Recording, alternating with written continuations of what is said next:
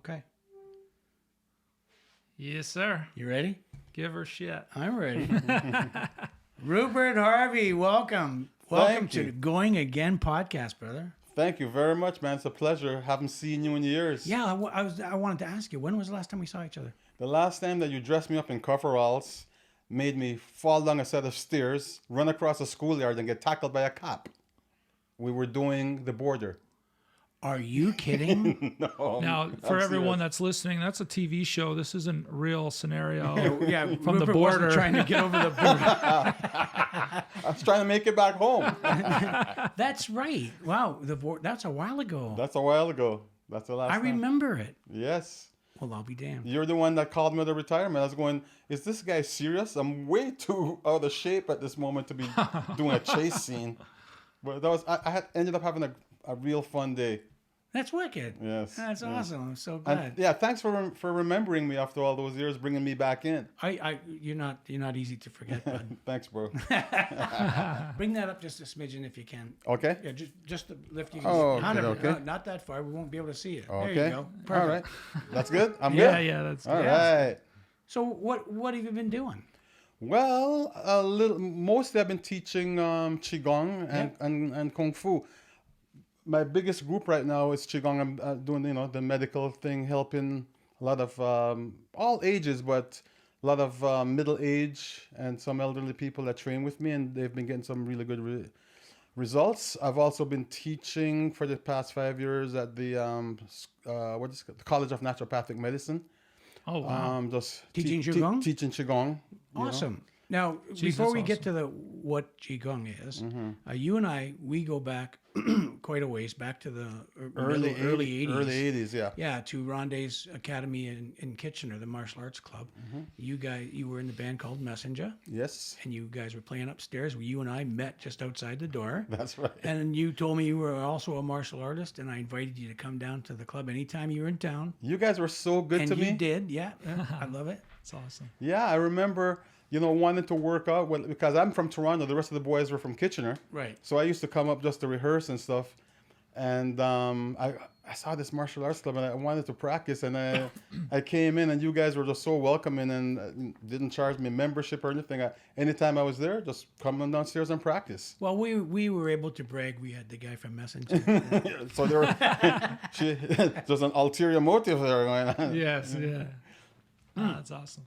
Is the band it's not together anymore? Yeah, we're still together. A slightly different lineup, but recently a lot of the old guys, I'm in touch with, and we're working on a project. Who knows when it's going to be released? Sure. You know the way this. Absolutely. But we have a couple. We have probably like 8 tracks already down. Wow. But not mixed. Yeah. Beautiful music, man. Thanks, bro. I Thank love you. it. Thank you Yeah. very He's much. been listening since he knew you were coming. Oh, Like nice. weeks ago. Oh, excellent. Yeah, and I heard your stuff, by the way. Your dad had sent me stuff years ago. I was wow. trying to link you up with so many flakes in the music industry, but I was trying to hook you up with a friend of mine that was, he was a kind of a big guy in the industry at the time. And I sent him your stuff, but never heard back from the guy, which is very usual in this industry. Yeah, that is usual. Yeah. Yeah. Ed Shepard, Seattle. Let's call out Ed. Yeah. He was heading up some of the music department for Amazon at the time Oh, also. wow. Oh, jeez. Yeah, this guy ran one of the biggest, actually, music stores, record shops in Hawaii. And he was the, I think they were called Campus Music. And he was also, how I met him was when I was on tour with a reggae band out of Jamaica called Burning Spear. He was Burning Spear's road manager. Okay. Yeah.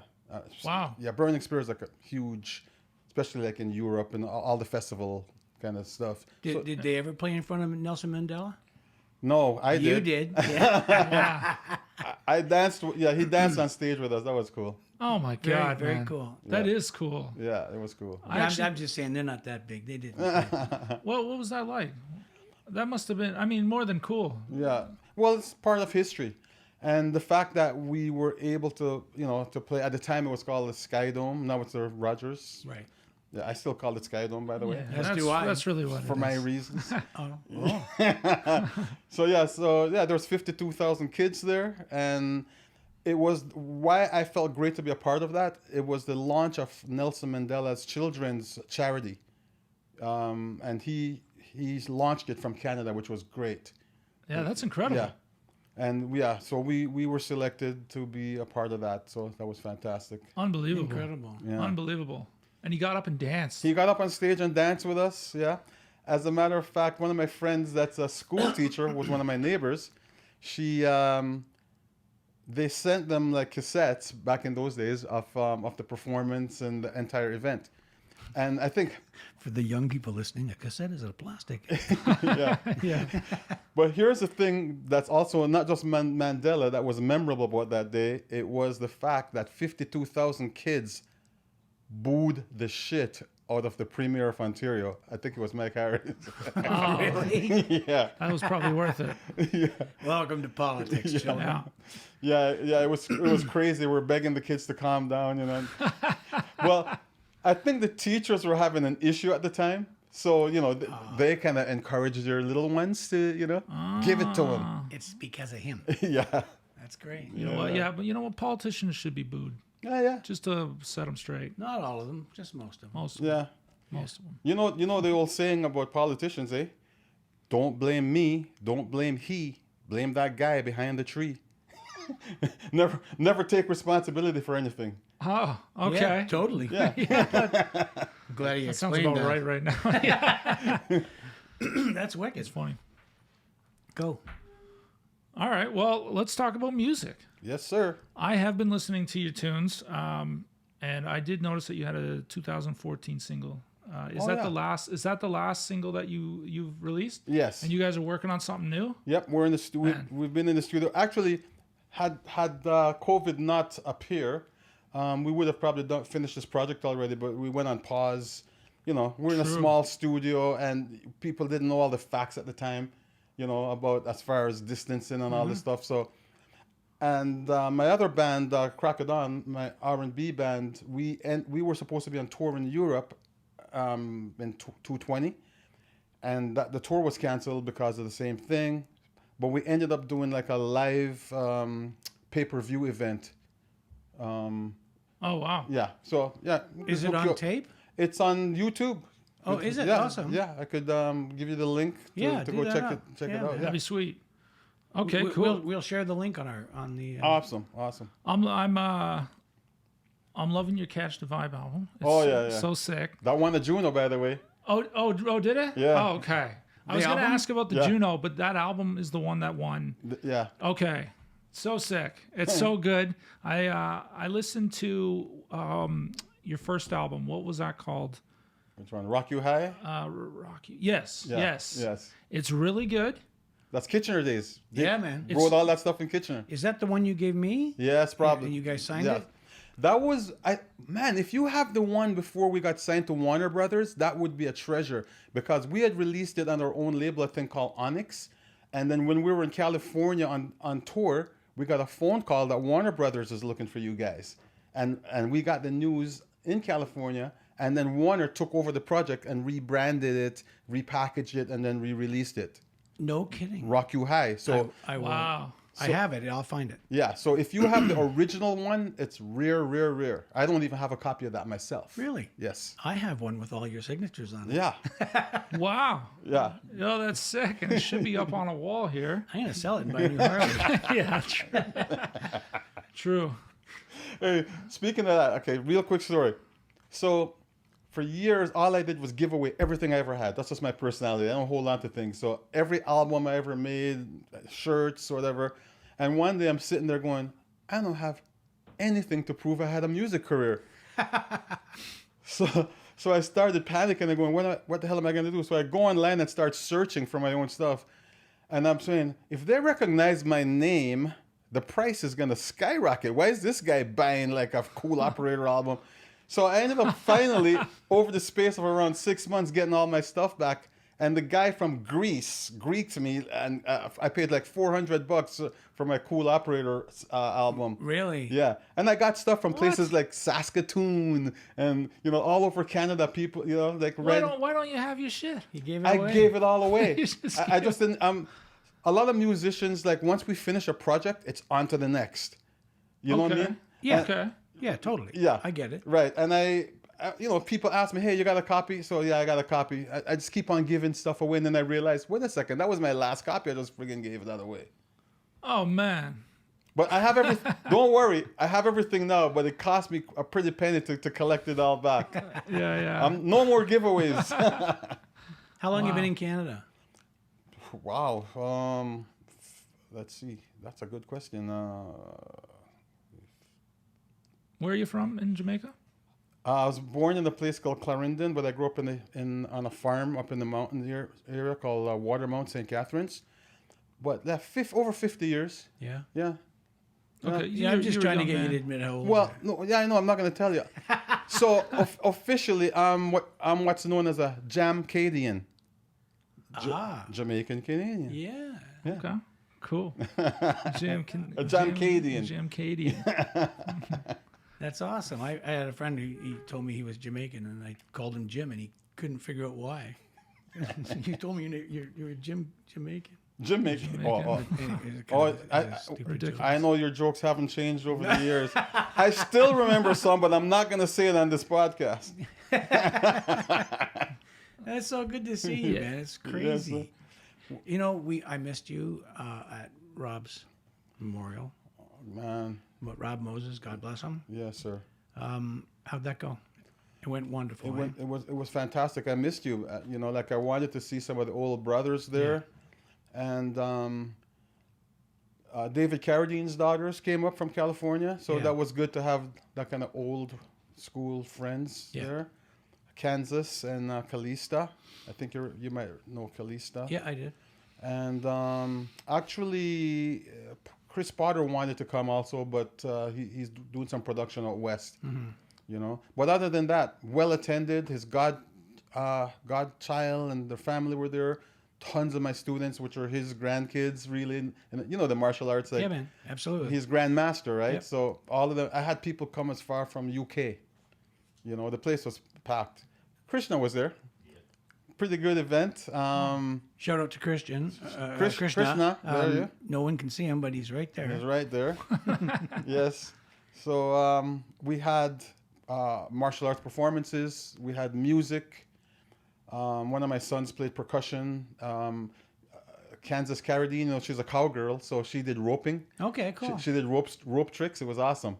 Wow. Yeah, it's all on our page. If you go onto Golden Harmony Kung Fu Facebook page, some of the performances are there. Okay, I'll Yes. try to post that up. Well, that's great. Yeah, I missed you though, but I know you were there in spirit, and I know. I love that guy. Yeah. One, I've never seen a man more flexible. It's incredible. When he worked a 3-section staff, when he worked just a bow staff, just straight staff, it was the fastest thing I've ever seen. Dude, it sounded like a helicopter. Yeah, like it's crazy. Actually, one day, little story, Rob was over at my house, and we were in the backyard. My brother was there, my wife at the time, and kids. And Rob picked up the 3-section and started spinning it. And then at first it was like, woof, woof, woof, then woof, woof, woof, woof, woof, woof. I saw my brother against the wall, slowly backing away and crawling into the side door to get back into the house. I go, dude, why did you go in? He goes, if that thing slipped out of his hand, I would have been decapitated. Yeah. But he was so good. A 3-section staff, like an nunchuck of the 3 sticks. Yeah. Can The this best. guy operate this? Yeah, Yeah, he was top notch. And then he did the physio sticks. Yes. He gave me 2. Oh, good. I've worked with one, and I gave one to my daughter. Oh, awesome. That was years ago. But he taught me how to foo surf, man. You get it. Yeah, man. Absolutely. I love it. Yes. I saw all the videos. And He showed me, gosh, years ago we were in a studio and he showed me foo surfing. Well, Sifu, over time, and I think this happens to a lot of martial artists, when you're young, it's all machismo and you want to see how tough you are, who you can beat down. After years in the game, it starts becoming the art itself, the love of movement. Absolutely. And I think that's where Sifu was at. The love of movement is where he ended up. And he wanted to get rid of a lot of violent imagery and just get into flow. You know what I mean? And he could flow. He could flow. And he actually transformed a lot of martial arts guys and changed a lot of their minds about just doing flow for flow's sake.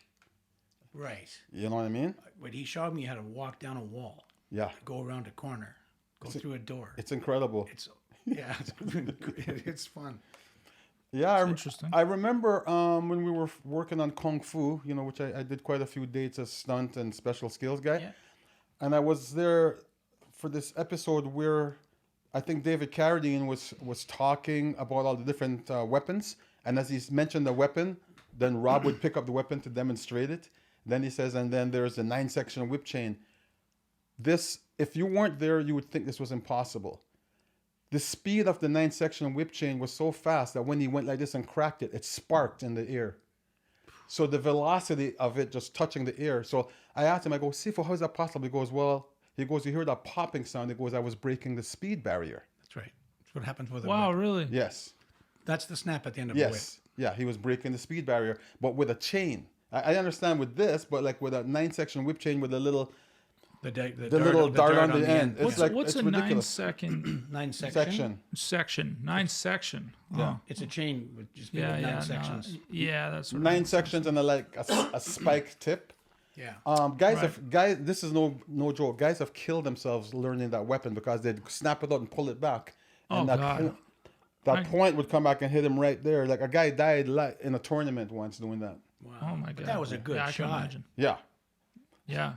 He trained his whole life for that. Hell of a thing to witness. I see your humor is still a bit dark. What I love about this. It's, you know. Wow. Yeah, that was a weapon. I mean, they'd snap it out, stab you, and pull it back out. Yeah. It's wicked. Yeah, I think I've seen this type of thing before. I actually thought you were saying second. Yeah, I mean, but Section. yeah, I could talk about Rob for a while, but and his hot sauce. Oh yeah. Oh yeah, his hot sauces were good, and some of the names were killer. Which was one? Something Pucker. He's talking about your bum, you know. Like, Oh yeah, happened? yeah, I get it. Pucker. That's awesome. But just for reference, anybody listening doesn't know who Rob Moses is, but he during the Kung Fu: The Legend Continues, he was David Carradine's Kung Fu trainer. Yes. He also played one of the monks on the show. Mm-hmm. I don't remember what. Monk Khan. Khan? That's Yes. right. Wow. Yeah. Yeah. And he's the one, him and Mike Vandrella are the ones that brought me onto the show to end up doing some stunt work and some special skills. And That's another guy that left too soon. yeah, I know.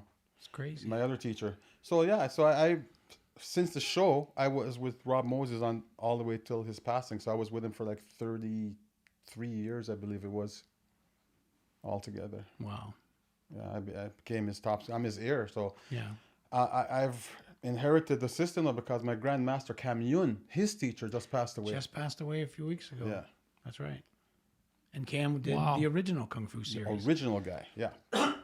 Wow. There's a lot of Yeah. history there. I'm really blessed to be in that lineage, you know, that direct line. But you know, people go, "What are you gonna do?" I'm not gonna do anything. I'm gonna just keep on being who I am. Just, Of course. just enjoy. I don't do it because I want position. I do it for the love of flight. I like to fly. That's awesome. Yes. So explain what Qigong is. Well, the Qigong part of it is very good for health. Qi is breath control. If I broke it down into the exact translation from the Chinese word, like Qi kind of means like spirit or ethereal, something, you know, intangible, right? And Gong is energy. So let's say spiritual energy. But simply put, it's just breath work, right? How to maximize breathing. Yeah, it's an inner energy. That's right. And we use that in all aspects of martial arts. Every martial arts system has some type of ki Correct. or chi, right? Just different terminologies, but means the same thing. So the key to it is diaphragmatic breathing. As you know, like most people, we call it Western breathing when people breathe from the chest. You don't want to breathe from the chest. You breathe from the lower abdomen. Diaphragm. Yeah. Diaphragm, right? And musicians also play a horn. It's diaphragmatic breathing. Singers. Yeah, singers. So what they found out the Chinese seem to have known this for thousands of years, but the West are, you know, now discovering things and investigating. They're realizing the better potential of breathing that way for your health, you know, because what it does also is helps your circulatory system. Also, when you're breathing deeply and consciously, and having a clear mind, you're able to slow your heart rate. You engage your parasympathetic nervous system, which brings the body into repair mode. You alkalinize the blood. It goes on and on and on. Like, so your body becomes in repair state. You know, you can correct a lot of problems just through proper breath and proper thinking. Absolutely. Okay. Now, that's fascinating, but does Scotch have anything to do with it? Maybe. Should we find out? We should find out. We should find out. And You're taking us to the highest level. Krishna, you're partaking. Awesome. And I believe D is as well. D is as well. A little one. So right? I didn't think you were going to go from black belt to 10th degree right away. Right, Oh, yeah, man. right away, man.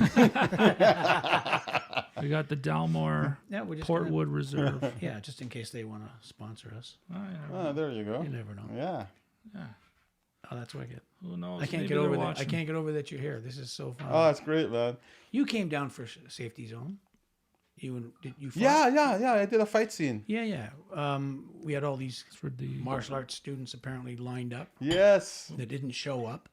Yeah, I was there. I think it was Bill Davidson. Remember Bill? Davidson. Yeah. Well, what happened to that guy? He disappeared. Yeah. I don't know. I did a movie with him called Tough Luck Club. Really? Yeah. Rob Moses was in there. A lot you- of the guys from Kung Fu were in But there. listen, you guys, in a very short notice, you and Robbie came down, Yes. Thank you. and Krishna. Would you mind opening that door and handing this to Dee, please? Thank you. Thank you, sir. We'll all cheers together. Yes, sir. But yeah, you guys did me a massive solid. You rushed down and fought the whole day for me. It was nice. It was good. This is a safety zone, sorry? Yeah. Well, as soon as I found out it was your production, and you needed people, I'm gonna be there, man. Yeah, man. No, I love that. know? Thank you so much. Oh, absolutely. Okay, so hey, Yo, D. Cheers. cheers. Cheers. Cheers. Cheers, fellas. Here's to my Scottish ancestors also. Love that. Mine too. Oh. Yeah. Sweet. Scott Black Jamaican. Is that really? Yeah. Yeah. My grandfather was Fraser. Oh, Really? That's cool. That's neat. That's why people wonder, where'd you get those kind of eyes? the green eyes. Yeah. Yeah, man. Wow, that's cool. Yeah. It's a nice, unique feature you got there. Yeah, my grandpa was a crazy guy. You know why they call them Junos, right? Why? Who knows? Somebody walks out on the stage. Do you know that one? Ba-ba-na-na-na. Yeah. Anyway. So you're the head of the The Thai Mantis. Thai Mantis. Thai Mantis Fu Kung Fu Association. Yeah, for Canada. Oh, okay. And so what? Yeah, what does that? Yeah, does what's that mean? entail? Well, we have different branches in different cities and countries and stuff like that. So I kind of represent the association here. Since my Sifu and Grandmaster have passed away, I still have to answer. You know the way the martial arts is, an answer to the big boys. So Sure. my uncle is in California, and my grand uncle is also where is he? He's in Japan. He's the president of his name Wow, is man. Grandmaster French. So yeah, I'm kind of like I've worked from the very bottom to be one of the top people. It's unbelievable. Yeah, just patience, man. Well, it's funny. I think I've related this story in the past, but people would come down to the martial arts club and say, how long does it take to get a black belt? And I'd say, well, 5 minutes. You come on in the store, I'll sell you one. And now I would then say, do you just want the black belt, or do you want the knowledge, the training, the camaraderie of being with friends over a period of time, the lifestyle? And they go, yeah, that's it. I want the lifestyle thing. And I say, well, then what's it matter? Yes, If absolutely. you're going to spend the rest of your life doing it, what's the matter? You don't need time. It's just a flow. Good scotch, by the way. Absolutely. Wow. Good choice, Andy. Good choice. Yeah. Good. You got Awesome, you got an eye for this stuff. Yeah, man. Yeah, absolutely. Yeah, I look at the price tags and that one. Oh, speaking of martial arts, and let's go back to Kitchener. When I met you, right away I said, "This is a real man." Like I knew you're like one of the toughest guys I think I ever met. You know, like back in the day. I mean, that was just real, because they say real knows real. I could tell. If you didn't have to say anything, just the way you are, the body language, like the guts that you had. You know, some of the I remember coming down there and you tell me. No, keep going. This is true. This is all true. What do you do? I go, oh, last week I was doing the stunt reel, and I jumped off a building and I smashed through like 10 concrete blocks on my face. And I go, what? You're nuts. But it was inspiring for me, you know, as a martial artist coming up. So you're one of my inspirations. I want to hear more about this 10 concrete blocks. Yeah, me too, though. I want to see the picture. Thank you, Rupert. It's true, you know. Used to this crazy stuff. You're very kind. So are you still touring? No. Messenjah, our last tours were, I think, in 2017. We had reformed after many years apart. After the Juno, guys went to Los Angeles. Guys moved away mostly because of family, women, whatever. Sure. And so we decided to get back together, and we were shocked at the reception that we got when we came back out. We said, "Oh, we're old school guys. No one remember us." Gigs were packed, and then we ended up playing a lot of big festivals like the Elora. We played the Elora River Fest. Mm-hmm. We played the Ottawa, I think it was Folk Music Festival. Big stages, like huge crowds. Then they flew us out west. We played Whistler at the Olympic Plaza. Now I imagine guys like you're kind of the roots of all this stuff. Yeah. And I mean, like anything else, like any other genre of music, reggae must have taken a bit of a turn in the way that I don't know whether you appreciate the way music is today or no, not. I don't. Yeah, okay, I didn't think so. I came from the period of what we call roots reggae. Yeah. We had a message to it, and it was about uplifting people. Like when you listen to Bob Marley, One Love, or the message that touched. The reason why reggae became so popular, it's because of that. Like where you found rock bands crossing over into reggae. The Police, Blondie. I could go on and on. So many of them borrowed from it because it was reggae was known as a positive energy. I toured with people like the Clash. I knew Strummer and those guys, and those guys were massive reggae fans because the movement back in the 80s in England was reggae and punk. The ska thing was super reggae. That's right. So the ska guys from the UK linked up with a lot of the reggae artists, and they cross-pollinated. You know what I mean? So good. Yeah, and so they would have us on tours. I toured with people like Nina Hagen. Like I don't know if you've heard of her Hagen. No.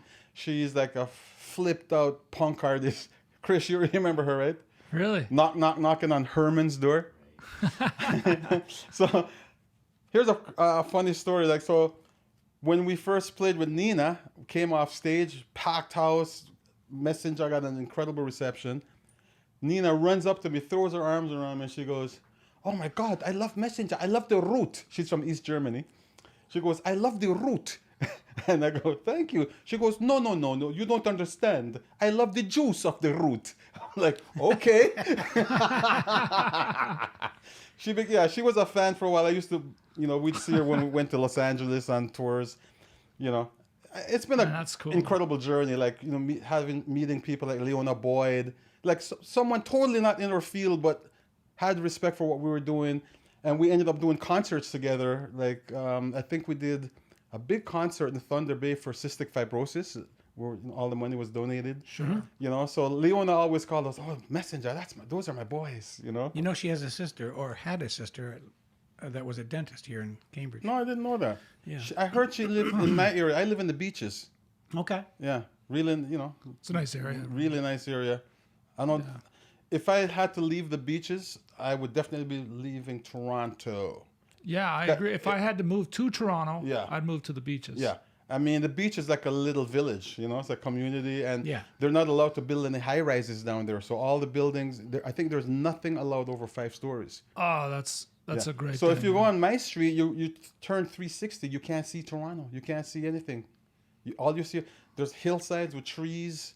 Oh, nice. Yeah. Beautiful. Yeah, you got to come down. I got a fire pit in my front yard. You got to come down and I gotta make up for this by getting you some. We'll bring more. Yeah.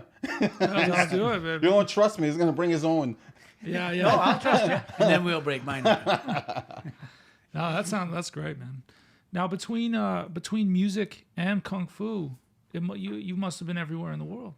Well, I was busy. You know, I started from learning the martial arts when I was around 11 years old. Okay.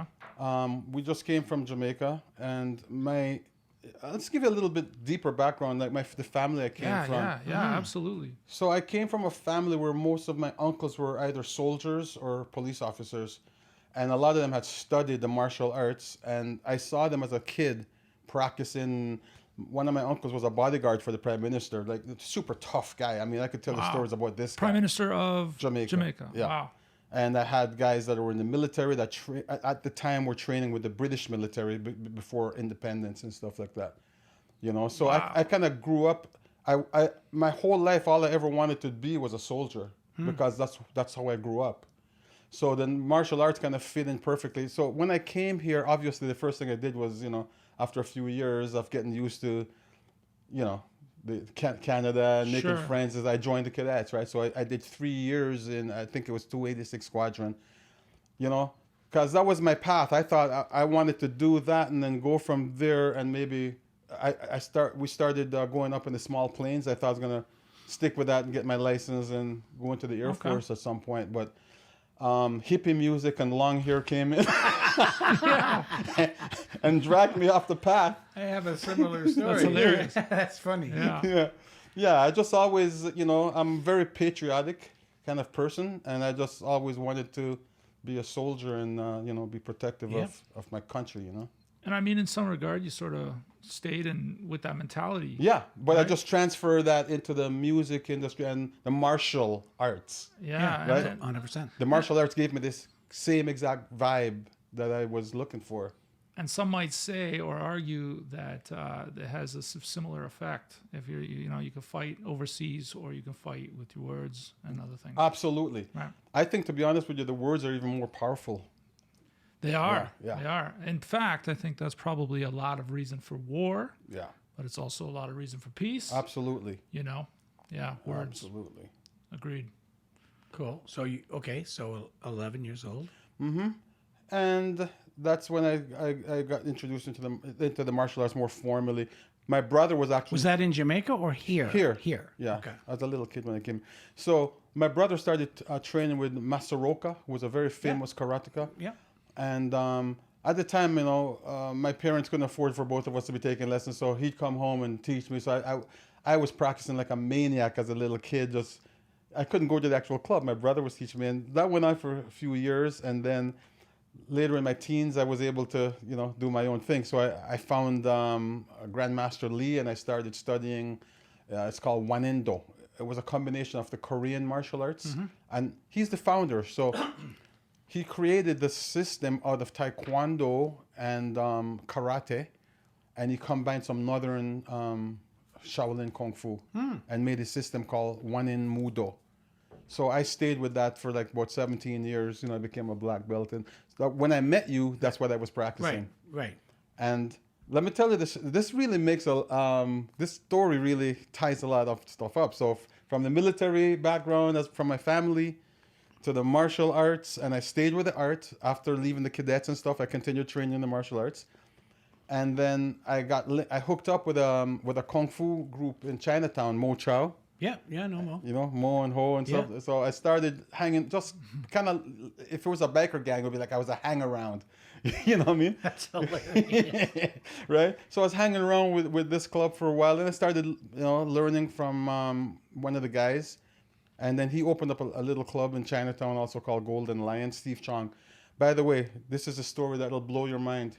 So my Kung Fu brother, Steve Chong, the guy I just mentioned, Rob Moses had 4 main students. It was myself, Vince Pratchett, my Irish brother, Steve Chong, Eric Walsh, Kevin Ten. So 5. And then Ian Chow, Mo's son, was with us for the last year. So Steve had kind of tripped out a little bit, hadn't spoken to us in a couple of years. But Sifu died on the Sunday. Sifu Rob Moses. On the Tuesday, one of my other Kung Fu buddies, Stefan, contacts him and says, Steve, Sifu is gone. Steve died that night. That's not a good story. No. Okay. It's a freaky story. And like to this day, his family members were represented at the memorial for Sifu. Sorry, you said he tripped out. Like he Yeah. left the club kind of No, like he just started having a few, issues. Oh, wow. Yeah. Shit.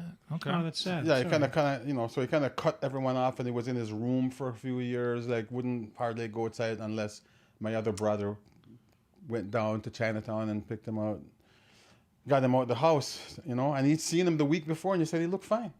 They went for lunch, and he said he told him the Tuesday after I told him that Sifu had passed away, and he died that same night. Jesus. Yeah, so.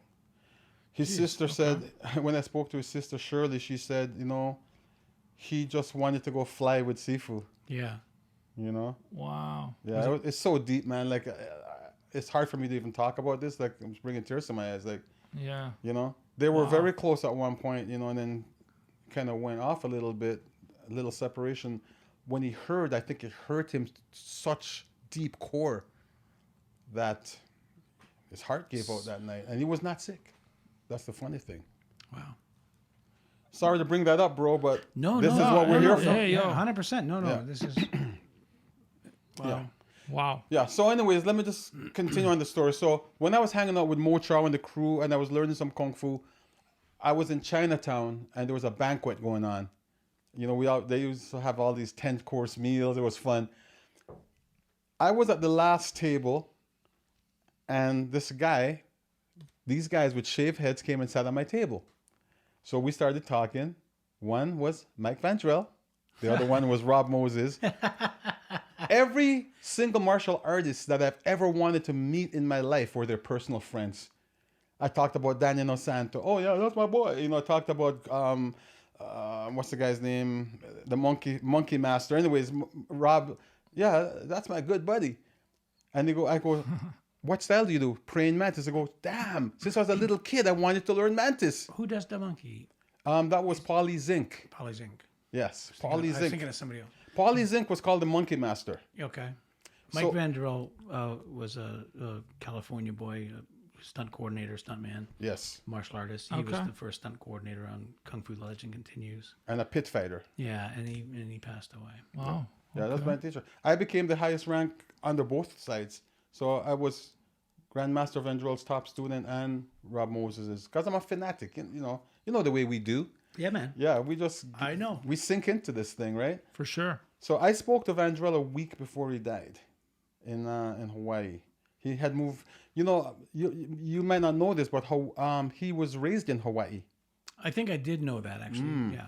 So when I went to Hawaii in 1998, me and Chong, I ended up living at his sister's house, which was their family house. And that's when I got to know a bit more about Mike. His little boxing gloves were hanging on the wall. His dad was a musician, sax player, did jazz. I see where this is going. Yeah. And he was also a professional boxer. So Mike, when he was around 2-3 years old, they bought him his first pair of little boxing gloves. Oh, yeah. Yeah. Okay. So they were still hanging on the wall in Nancy's house in Hawaii, where I lived with his sister for a while down there. And I found out the story that when he was like around 3-4 years old, the neighbor, Mr. Master Leong, was one of the guys that escaped from China during the Cultural Revolution. And he was just a humble guy. He had lost his son to the Maoists. And he was watching this little kid running around in the backyard, just punching at air and just loving it. So after a few years, he approached his dad and said, I lost my son. Your son is very gifted. I would like to teach him Kung Fu. Would you allow me to do that? Wow. And the father said yes. And that's how Mike's journey It's a great got story. started. Yeah, Yeah. that's a Good to know. great story. Yeah. So let me go back. Sorry, don't mean to be hogging the conversation. Well, Hogging the conversation. Hey, what do you listen, think you're here for? me and Randy are going to talk for a bit. Hey, no. What do you want for Christmas this year? Man? The two front teeth. So anyway, so going back. So when I was in Mo Chow's crew and we were in Chinatown, like I said, I met those guys, and this is friggin' hilarious. I said, look, I've always wanted to learn praying mantis, and Vandrel did grappling, right, under Jean LaBelle and Kung Fu. Yeah. So I go, would you take me as your student, right? So they both said yes. I go, when do we start? And Moses goes, we'll start tomorrow, dude. You know the way it was. That's so funny. Yeah, I go, we'll start tomorrow, dude. I go, where should I meet you? He goes, meet me at, what was the name of that fancy hotel they were all staying at? They tore it down now, at Bay and College. It was like a 5-star hotel where Carradine was there. All of them were there. So I showed up at the hotel, and I'm going, well, we're going to train. And Moses meets me downstairs, and he's got his Kung Fu pants on and everything. And he goes, I don't see anything wrong with this lobby. So he starts teaching me bongbo in a lobby full of all these high-fluting society people. Like, this is a 5-star hotel.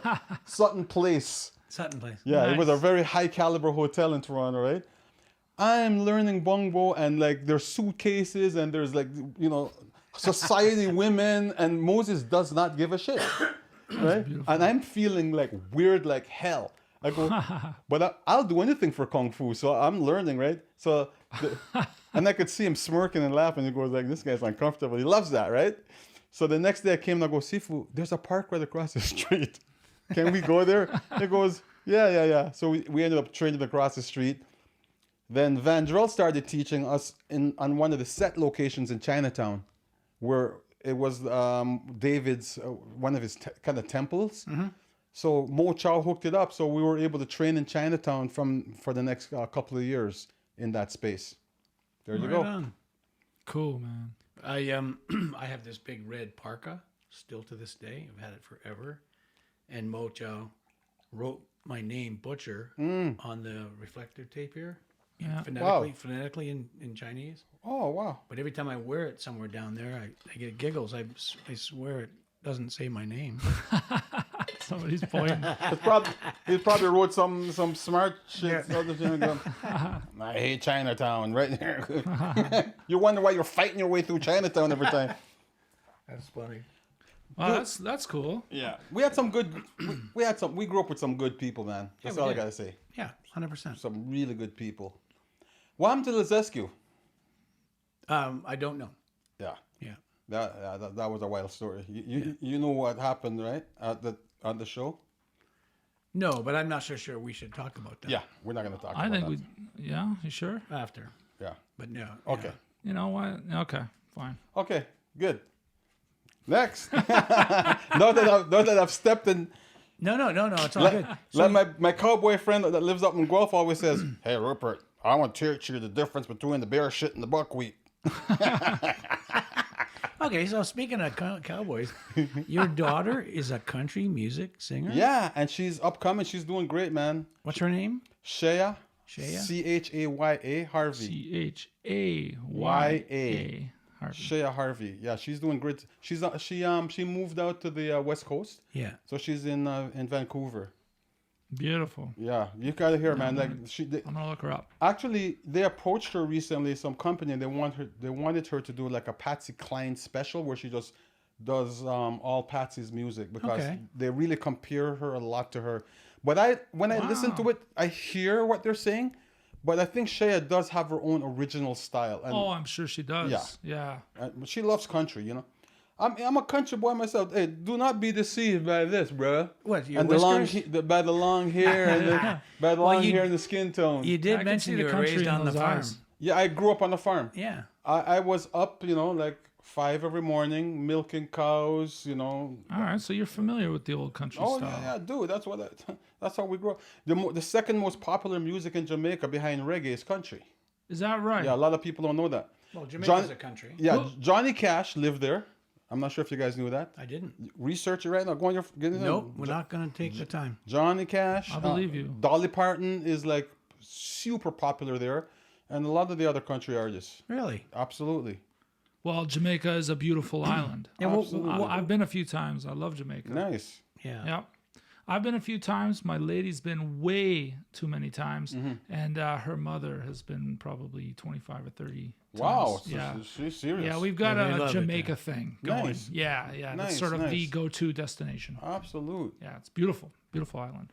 Yeah, well, next time when you're going there, let me know. My buddy owns like a beautiful resort in Runaway Bay. Very peaceful. I will let you know. What the fuck? You said the magic words. Yeah, Yeah, get in now touch with me, I'm bro. gonna get calls now. And Yeah, you man. can and you can buy pot there, right?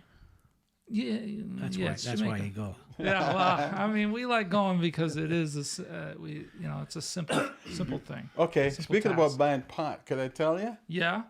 This was the shocking surprise to me. Canadian pot has become so good that they're exporting it to Jamaica. No way. No way. I just watched a documentary on it, bro. That's awesome. Yeah, I believe it. BC Bud, baby. Yeah. Well, I mean, now you can get it's so curated to your liking. Yes. It's like it's ridiculous. There's almost this stuff that's actually so good that you don't even want to buy it, just so you can enjoy smoking it for a little bit. Right. You know? Yeah. BC Bud in Jamaica. Fuck. I can't wait to get back to Jamaica. Hey, Randy, I gotta say, bro, you still look friggin' strong. You're the same guy. You haven't changed it. I've known you for over 30-something years, almost 40 years. Easily, yeah. Wow. Yeah. You're doing good, bro. Well, I'm getting up there, but I try. Yeah. You'll never give up. I know I you. still fall down for a living, brother. you got to keep in some semblance of shape. I don't want to get back mention. up. I don't want to mention some of the other stunt guys' name that I know because it might not be appropriate. But there's a couple of guys that were up there in age and were still doing crazy stuff. 100%. For sure. Last year, I did a TV series called Mayor of Kingstown. I know I've mentioned it on here before. Rupert should But have been there, to be honest. That's true. I had Dwayne McLean come out. That's what. Quit 80 freaking reading my mind, Yeah, bro. man. 81 years old, falling down, taking squibs in the chest. Dude, when he was like in his 70s, he was still doing hand over hand rope, 100%. climbing straight up. I think he still does. I'm pretty sure that's what he does for breakfast. Pretty sure. Those guys used to hang out down by the pier. Like I think they had a boat down there. Well, Anton Tycote. Yeah. I had a boat, had the sailboat. Yeah. And the boys used to go to the little bar there. I forget what the bar's name I was. used to go to the same bar and hang It's out a with great them. little bar. Dwayne came here and did a podcast. Yeah, with Dwayne us. was here. Oh wow. Yeah. Yep. Damn. What that guy kind of reminds me of like Jack Palance, when you think about an old tough guy. Yeah, man. City Slickers. Yeah, that's Dwayne. I heard you slid him from neck to nuts. Now he's going to recite movies. That's awesome. So Yeah, he's a great guy. when you were in Hawaii, what were you there because of music?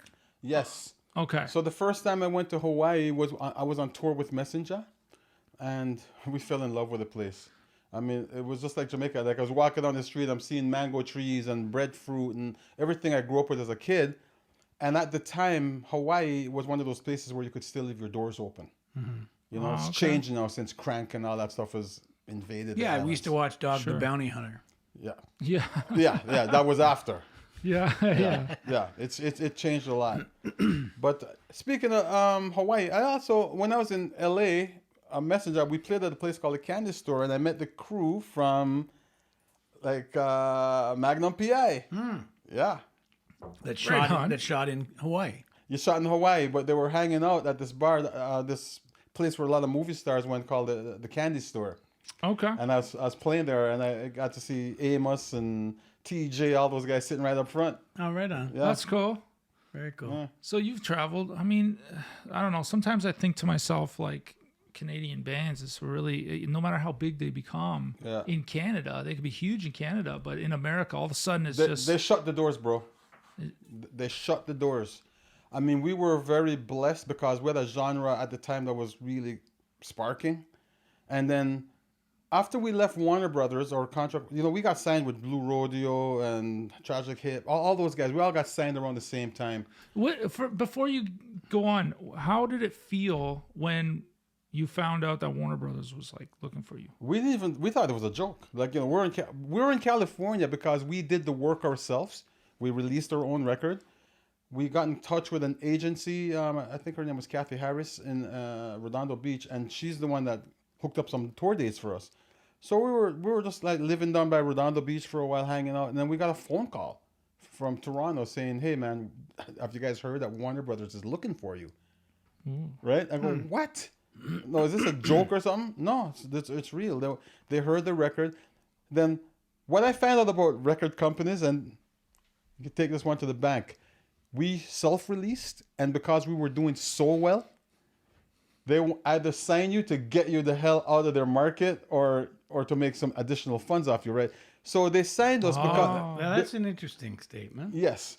So Whoa. yeah, so Yeah. they signed us because we were already selling, right? So they wanted us to come into their group, Sure.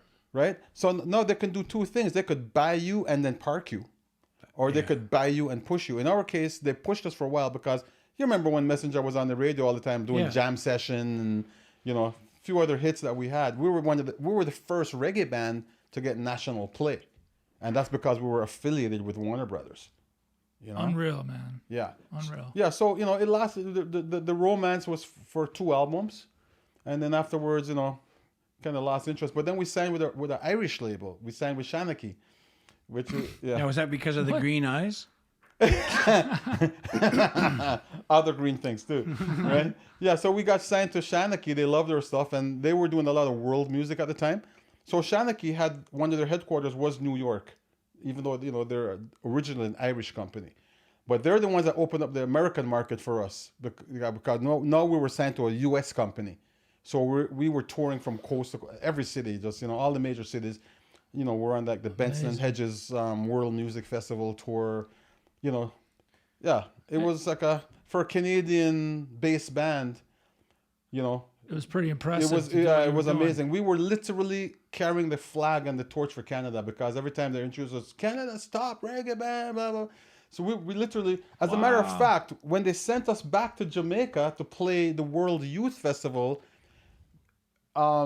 they sent us down as a part of the Canadian contingency with Parachute Club and Bruce Cockburn, right? Really? Yeah. So Parachute Club, Messenjah, and Bruce Cockburn were sent, and the Canadian government were part of the sponsors for that.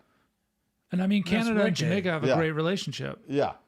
Yeah. So we ended up playing at the National Stadium in Kingston. Yeah. Wow, man. Unreal. Unreal. It's been quite a journey. It must have been. Now, Kingston, Ontario.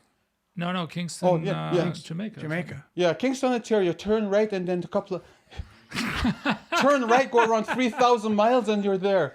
I love that he played in Jamaica. That's wicked. Yeah. And Kingston is obviously the capital. We played in the National Stadium in Kingston, Jamaica. Incredible. With Parachute Club, who are... Messenjah and them were like this. Lorraine Segato. Who was on top? Not Lorraine Segato.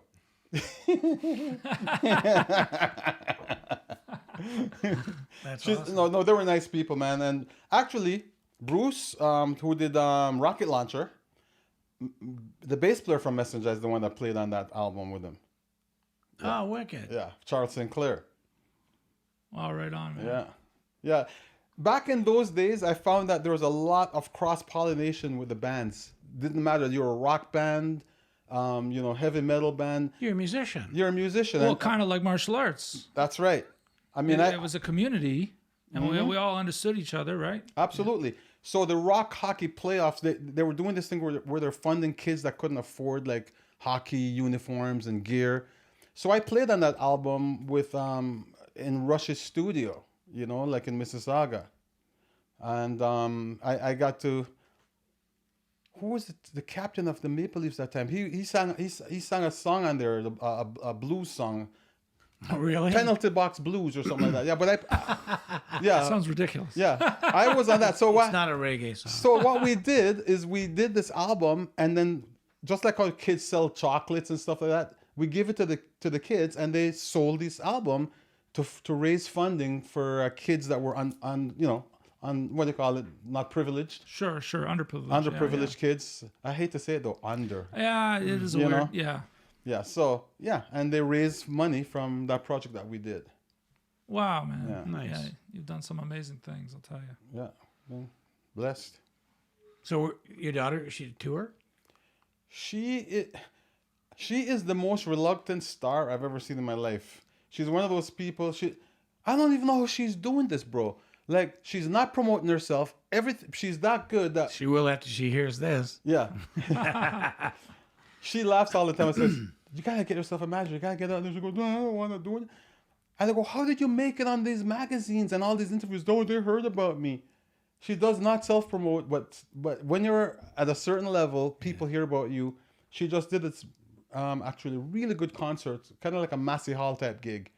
And she said after the show, all these people were coming up and saying, "Oh, we want you to work with you," and blah blah blah blah. And I have no idea. Here we are doing friggin' hiring publicists and doing all this kind of shit. Well, what's better? I know some people. I know one guy that might have some songs. This guy right there. What's that? Some songs? Songwriter.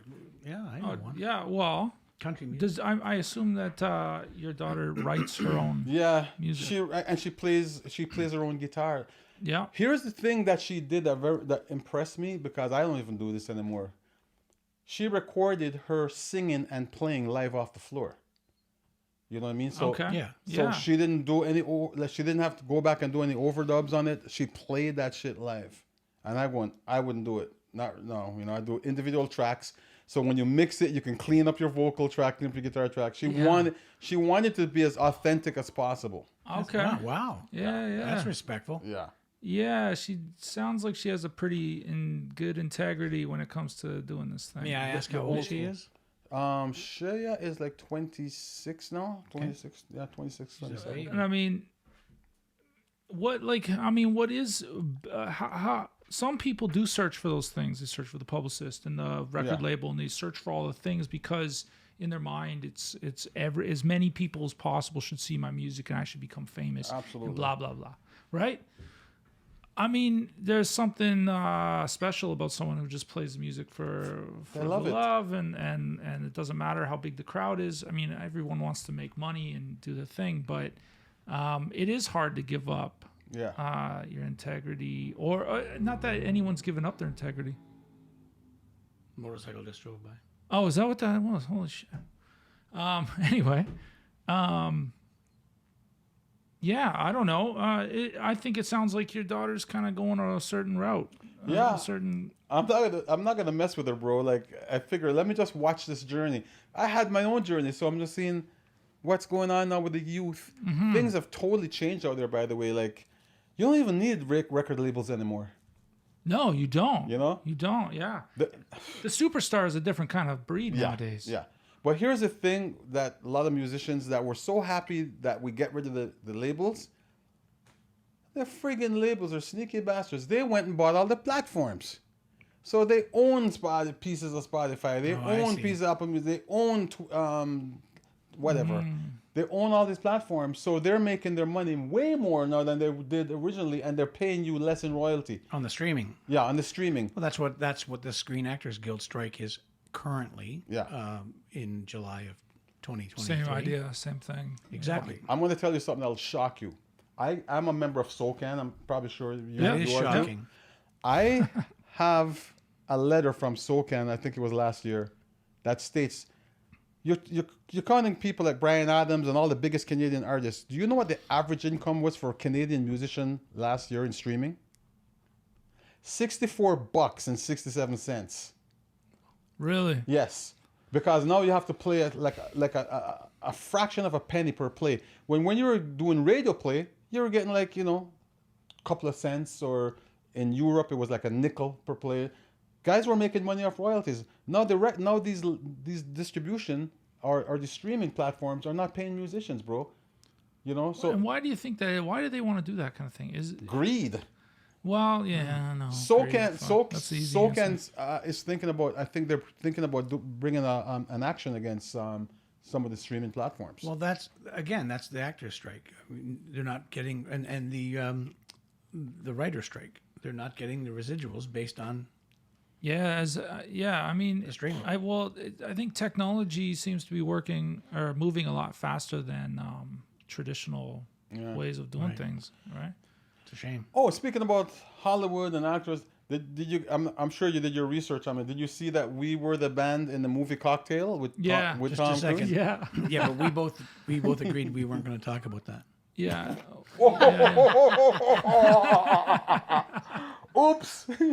I guess you don't like Tom. I have to be completely honest and say I don't think I've ever seen the movie Cocktail. Me neither. I have seen it so many times. You've never seen Cocktail? No.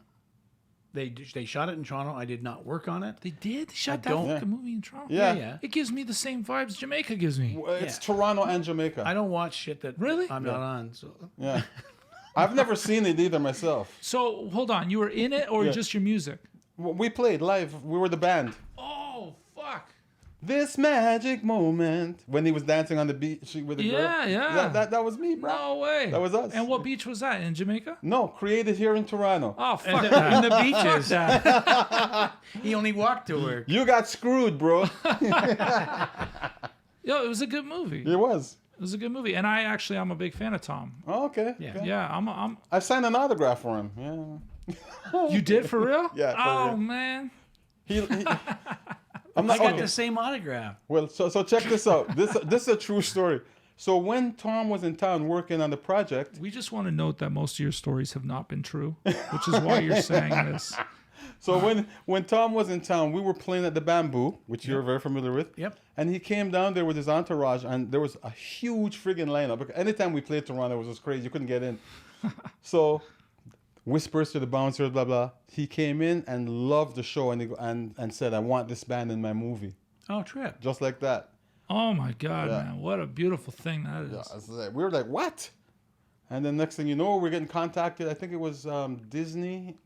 So we made just for that few second scene that we're showing. We made a fairly good little paycheck.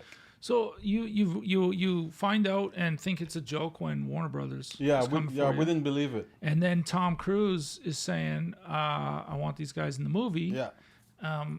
Out of all these special events in your life, which one hits home the most? Interesting. Wow, I've never thought of that. I mean, these are moments, man. These are big Historically, moments. it would probably have to be playing with Mandela because Mandela was such an international name.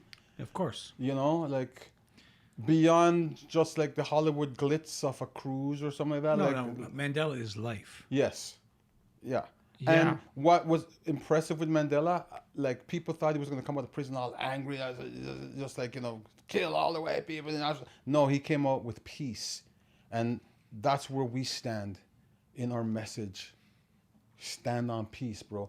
Doesn't matter what people want to do, you stand on peace. Eventually, and hopefully, things turn around. And it did. Can we talk about that day with Mandela and what that was? I mean, a lot of people, most people understand and know what the history is in a single line. Mm-hmm. But nobody really understands it in the fullest. What do you want to call that? There's a generation listening to this that has no idea who Nelson Mandela is. That's true. Exactly. And playing for him is one thing, but I mean, he means a lot in many ways. What was that day like in general? Well, I just remember back in the dressing room that we were very excited that he was going to be there at the event. What we didn't know is that he was going to impromptu get up on stage with us and start dancing. Right? That's ridiculous. Yeah, so we didn't know that. One thing I will tell you is that the security, the RCMP especially, they were super tight.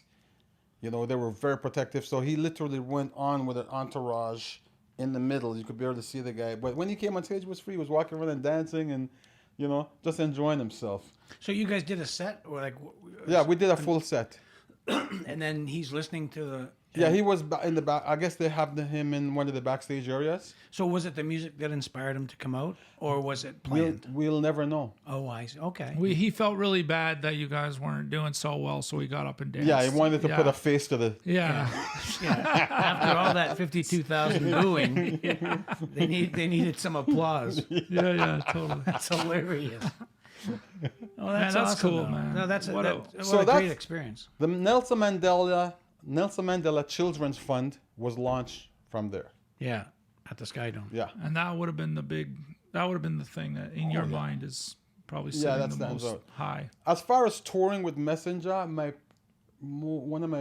there's been so many because I toured with the Frank Zappa. That was awesome. Wow. Like playing at the CNE. You met Randy Butcher in Kitchener. Bigger than Zappa can ever think of. Yeah, but Amazing, cool. I will think it was. I would think it was when we went to Hawaii and played at the Lahaina Civic Amphitheater, just because of the beauty of the freaking place, right? So you have this grass hill, right, and the stage at the bottom, the ocean behind, the sun is setting in the ocean, and as soon as the sun goes down, boom, the lights pop up. Like, it was just like magic. You know, the venue was so beautiful, man. I fell in love with Hawaii after that tour. And you said you lived there even for a bit. I moved down there after that, and, you know, I'd spend like 5-6 months, come back to Canada. Right. You know. Unreal. Spend the winter down there. But I came back in the friggin' spring. I came back too soon, man. I landed at Pearson, and everything looked so gray. It just coming from a tropical friggin', you know? Yeah, that's how it feels for most people who work 9 to 5 and go on vacation for 7 days. Yeah. They go to Jamaica, have a few cocktails, they come home and go, 7 days, no, that's not good enough, man. You gotta stay months. it is not good enough. I agree with that. I agree Damn. with that, man. He'll be contacting you about your buddy in the hotel. Yeah, I'll give you a hookup, bro. Seriously. Damn. Man, I can't say I'm not gonna take you up on that. Yeah, man. Seriously, just give me a link. I'll let him know. Oh man, You get in touch What with the him. Fuck. Oh man, you know my lady's mother. She has a guy every time who picks them up from the airport. Okay. Same dude. Oh, that's great. Every single time he does everything all week for them. He goes and gets them booze, Nice. maybe weed. Yeah. He goes and gets everything for them, and he drives them everywhere they want to go. whatever Dude, beach. whenever you travel, hook up with a local. That's They know the do's and don'ts. Don't go walking down there. Don't do this. We'll take you here. That's the way. That's as far as I'm aware. aware, they've been to his home. Yeah. Him and his wife have cooked them dinner. Wow. Good They've food done the too. whole thing. Oh my God, are The you kidding? food. He loves them. Jamaica. Andrew's a foodie. When last have you had some good jerk chicken? Tonight. Yeah, you know we have Ivory's right here, just 1 block away. Yeah. There's a Jamaican place here. There's a Jamaican place right there A block from here. by What? a Jamaican family. Totally The legit. real deal. Yeah, it's the real deal. And I haven't been there in a while, but I had oxtail last time I was there. Yeah, man. Uh-oh. Chris, you hear that? Yeah, right up the street. Yeah, they're good, man. They're Rupert and good. Krishna are making a plan. Yeah, and then there's Chris is from Guyana. Oh, okay. oh really? So those are the roti masters, man. The Ooh, roti masters. Oh my God, yeah. right on, man. Curry. There's another guy. Only I think another block. Like so, there's a block to Ivory's, and then there's another block, and around the corner. There's another dude. He owns I don't even know, some kind of sauces and different things that you might put on your meal or whatever. Okay. But he's and now I don't know if he's Jamaican, but he might be. But he sells Jamaican patties, Okay. and I love Jamaican patty. oh man, and they're so fucking good. Nice. Oh man. Oh, you know what? I don't want to leave my other kids out because they might kill me if they hear this. Malcolm. Malcolm. Malcolm? Yeah, the Jamaican patties. Really? That's the guy's name? I think so. Okay. All right, let's go check All right. out Malcolm. All right. Yeah. On Ainsley Street. Yeah, on Ainsley. Oh shit. Okay. Oh, okay. Right We'll check out Malcolm. Thanks, D. Yeah.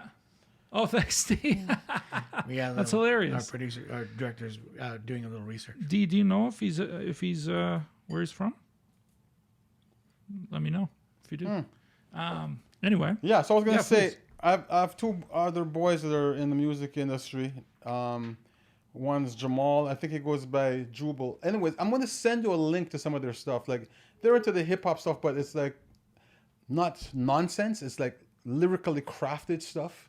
I'm good, you know, and really, really good.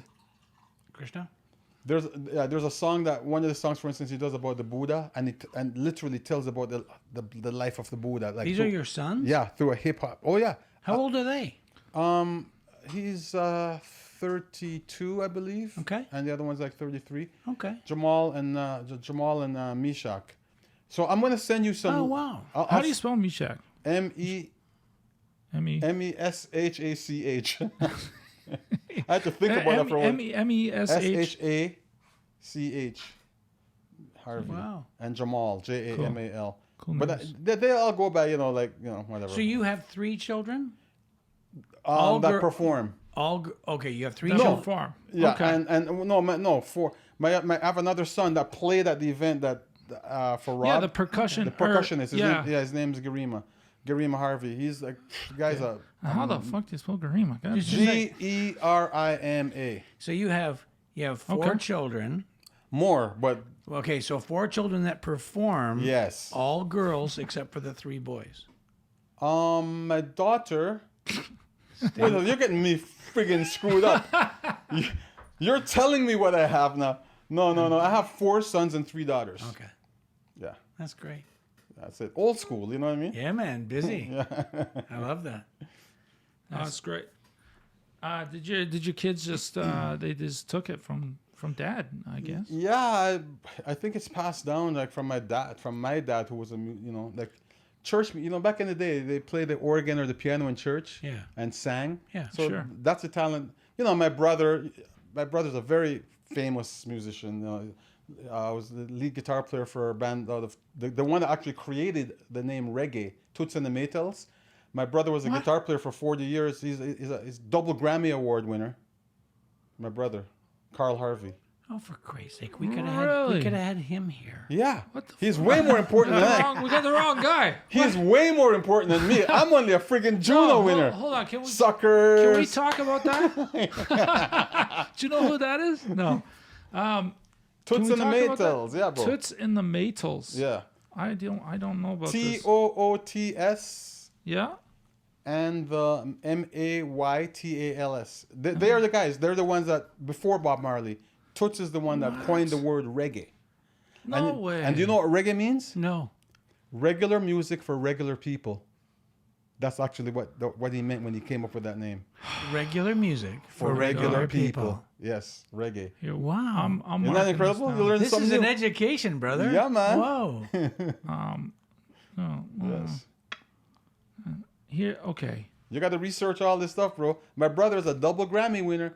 Plays with like his friends are like Eric Clapton, Santana, Bonnie Raitt's one of his best friends. Bonnie Raitt. Really? Oh yeah. Bonnie Raitt. Yeah. He's in those. I think I've heard of her. He's in the bigger circle than me. He's like, Man. yeah. Yeah, We can give him a call right now. Hold on. Yeah. Put him You on wanna the call him? phone. Let's put him on the mic. I should put him on the mic. Seriously. Go ahead. If you want to, please do. Let's see if we get him. Oh, this is the first. Okay. This Yeah, is the this is. Yeah, let's see if we get Mr. Carl And what's his name? Carl Harvey. Yes. Carl? And Search he's him. Look you, up Carl Harvey and he's playing with you Wikipedia. right now, Yeah, we'll right? look him up. Yeah, he plays with Messenjah. When he wasn't touring with Toots, he would step over to us, and he would also play my other When funk he's band, not doing Crocodile. anything more important. Pretty much. No. I want to hear about this coined phrase, reggae, Regular music for regular regular people. music For regular people. Yeah.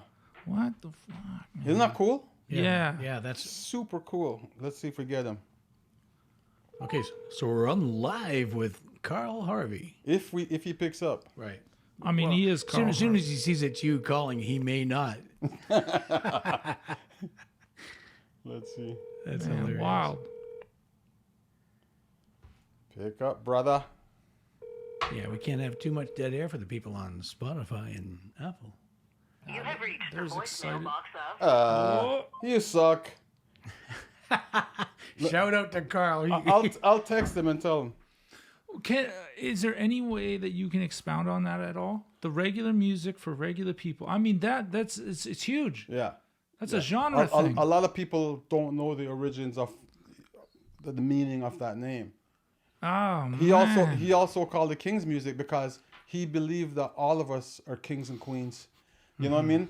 And it makes sense because those guys are coming from poverty and stuff. So to elevate yourself, you have to think of yourself higher. He's a king. That's right. Or you stay there. And these guys elevated themselves from like the hood, from the ghetto, Yeah. and made it famous worldwide just by having that attitude. Attitude is everything. Yeah. Man. To me, this is fucking awesome. Yeah, sorry. I'm we're all absolutely just blown away. Yeah, I'm blown away. That's great. Keep talking, guys. I'm just sending a text. What are you doing? Oh, you're sending Carl a text? Well, Yeah. How does he spell Carl? Carl. I have Carl on my arm. Huh?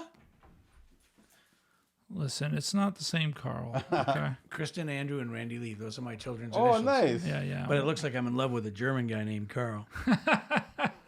And I mean, that's okay. Not that there's anything wrong with that. Oh, man. I mean, to me, this is a big deal. I don't know how big a deal it is. I kind of grew up with it, right? So See, and you know, you work in the movie business. He works in the movie business. You guys are both musicians. Yeah. He was very interested in you coming here today. oh, man, it's such Yeah, a for pleasure. real. Yeah, I love this guy, man. And meeting you now, you know, putting the real flesh to, because your dad just spoke so highly of you. You know, I was really trying my best to get your stuff to the right guy, but he flaked on me too. No, that makes know? me feel bad because I don't speak of him the same. Yeah, I know. He doesn't know that we talk all the time. Nah, man, first off, I appreciate that. But for real, regular music for regular people. That's reggae. Yeah. That was the original meaning behind that name. And when did this arise? When did this idea, this genre? Well, it sprung from out of ska and rock steady. Do you remember like back in the day? I think it was Aretha Franklin, "Rock Steady, Baby." Yeah, What it is, yeah. what it is. So that came from out of Jamaica. Actually, hip hop. Actually, you know the rapping stuff that we do, like dancehall and stuff. The Americans adapted it and took it their own direction, did their own thing, but it originated in Jamaica. It started in New York in the 1960s by this guys called the Last Poet, who were like back in the day when the civil rights movement was going on, and and they wanted a voice, so they started doing poetry, but they were doing it to percussion. Yeah, like beatniks. Yes, that's the root of hip hop. Okay. Yeah, and that came from that actually started in Jamaica. And if you listen to people like Prior to that. Yeah, if you listen to people like KRS-One, they run down the whole history of how the Jamaican thing influenced.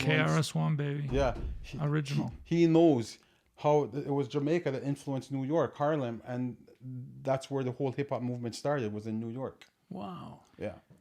So for that little place in the sun, man, it's got a lot of influence. So it derived from Ooh, 1 second. reggae. Ooh. Carl, can you hear me? I can hear you. You're live on the air right now, doing a podcast with Randy and Andrew. I'm going again. Yes, Randy and Andrew. Okay. I was telling them, I'm saying I'm just a mere Juno winner, but I was explaining to them about Toots and the Maytals and the origins of the word reggae, regular music for regular people, King's music. So they were kind of blown away by all this. So anyways, introduce yourself, guys. Hi, Carl. This is Randy Butcher. Rupert and I have been friends since the early 1980s and have done a lot of movie, TV work together. And we're just friends. We know each other through the martial arts. And this is my son. And this is my son Andrew. And Carl, I'm Andrew, and I've been friends with Rupert for a few hours now, and he's already told me that he has a great connection in Montego Bay that I can't wait to use.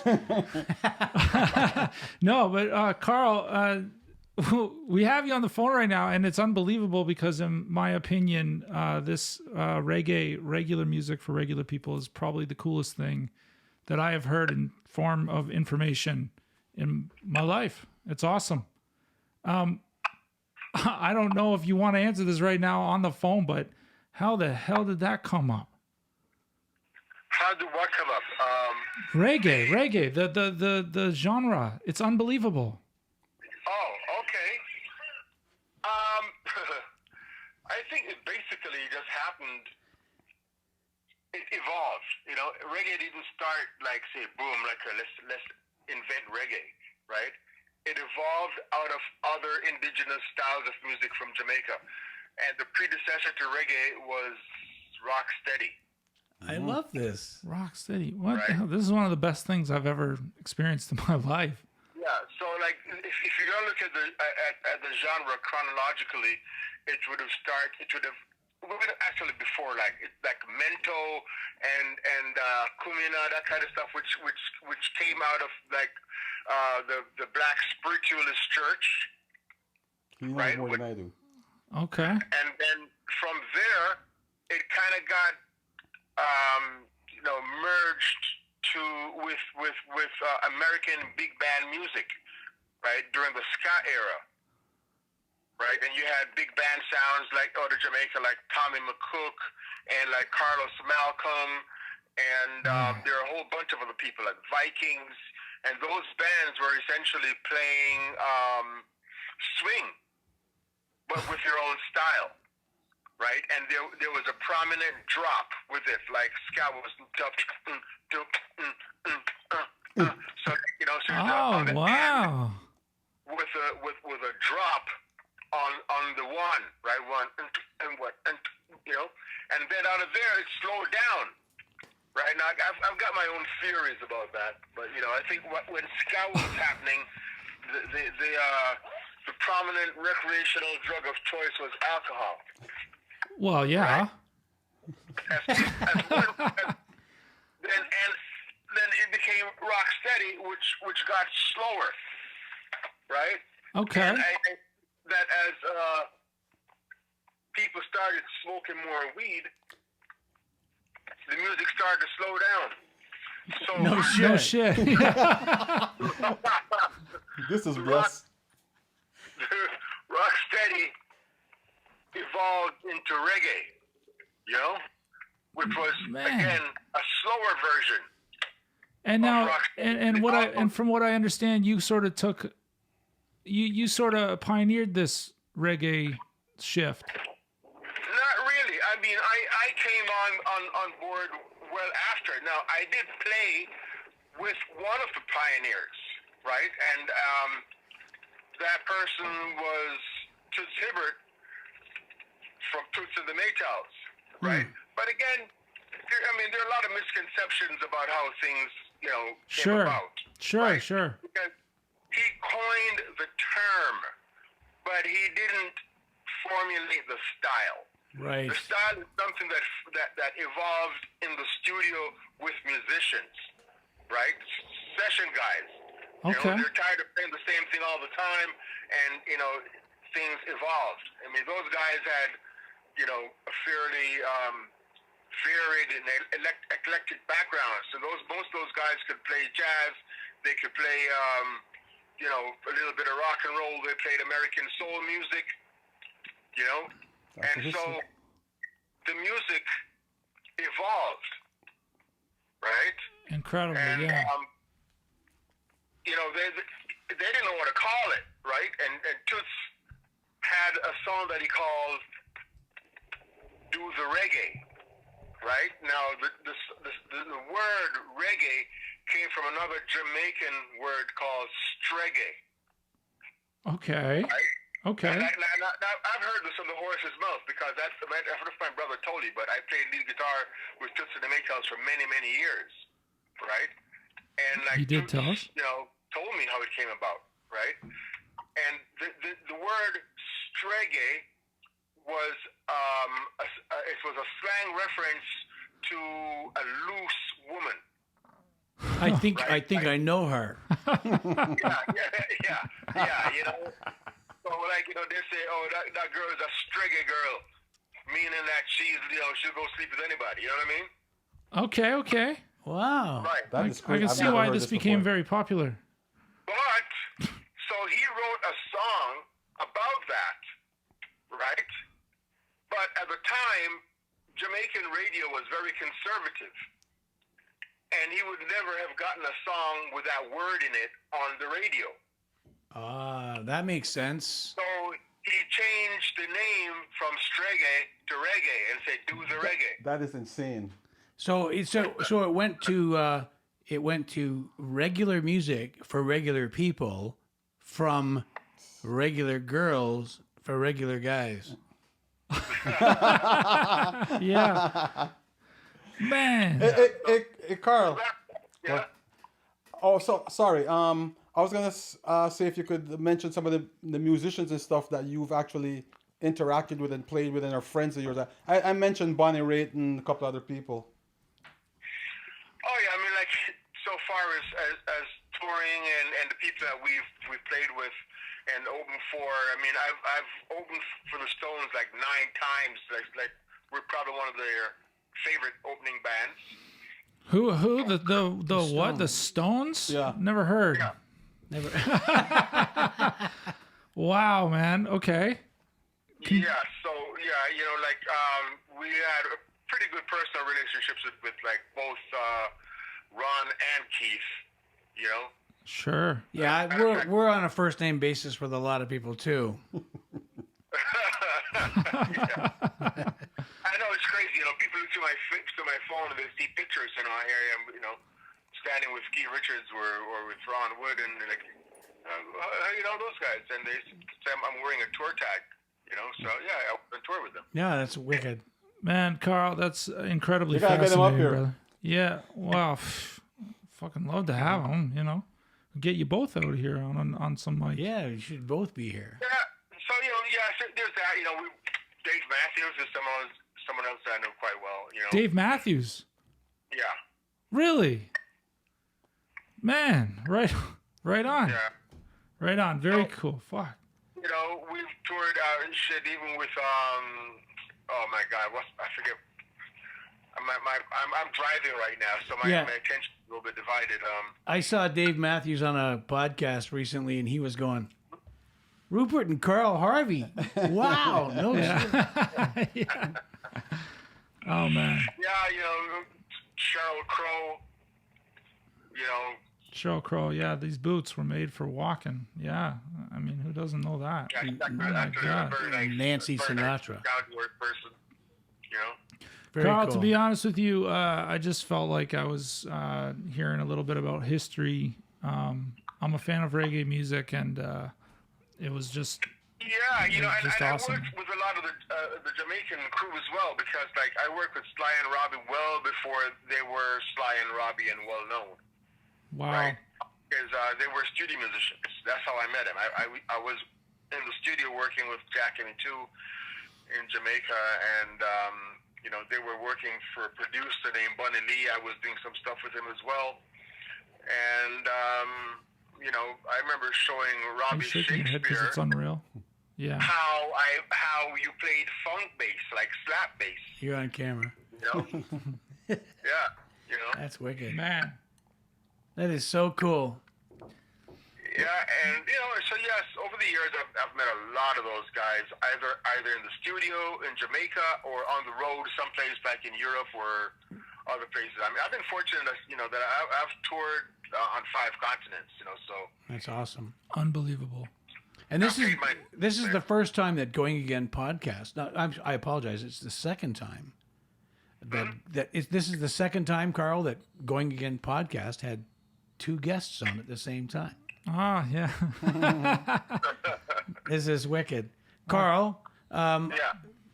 thanks for taking your brother's call and calling him back, man. Yes. It was great to talk to you. Truly. Yeah, Truly. we'll do this again, Carl. So thank you very much for calling back, man. Appreciate it. Okay, I'm bro. gonna tell him the story about how I held Keith Richards' guitar before he did. Cause you got it for Oh him. yeah, right. Yeah. Okay, I'll fill them in. Okay, cool. Yo, Carl, All right. thanks, Thanks, man. Carl. Appreciate it, brother. Cheers, brother. All right. Okay, All bye. right. Bye-bye. Bye-bye. So I'll fill you in on that. So Let me ask you a question before you fill us in on this guitar story. yeah. Was Carl at the top of my stairs at the karate club? No. Okay, great. Okay, no worries. No, he wasn't there. Okay, I just wanted to tease him when I meet him. So I'm at my mom's house one day. Delivery guy comes and it's a package. I go, what's this? And my brother is just so laid back and nonchalant. He goes, oh, that's a guitar. It's Keith's guitar. I surprised him in Paris next week. I go, what do you mean Keith's guitar? He goes, yeah, I picked up this little thing for Keith Richards, like $10,000 guitar. I'm giving it to him as a surprise next week in Paris. No. I'm like, say that again. This is Keith Richards' guitar. And they go, dude, you gotta can I open the package and put it on and take a picture. I want to make sure I touch it before Keith does. So I said, sure, go for it. So I put the guitar on, and my brother snapped a couple of pictures, and I felt I was on top of the world because I held Keith's guitar before my brother. Oh, actually, it was in Copenhagen that he was meeting Keith the following week. Wicked. Yeah, so one of those things. That's fun. Man, Rock and roll history, brother. Thing, dude. Reggae history, Straygae history. I love this. Dude, he's way deeper than me. You know what I'm saying? Why are you here? I don't know. Why didn't you just offer up your brother when I asked I you to know. Dude, slap me silly next time. come? I didn't even Yeah, know you slap me had like a a bitch. brother. No, But No, really, man, My this is brother's, very cool. Like I said, No. my brother's like double Grammy Award winner, man. Yeah, but I so love cool you, though, man. Thank you. Yeah, Thank you. this Yeah, ain't yeah, a book, it's- Carl.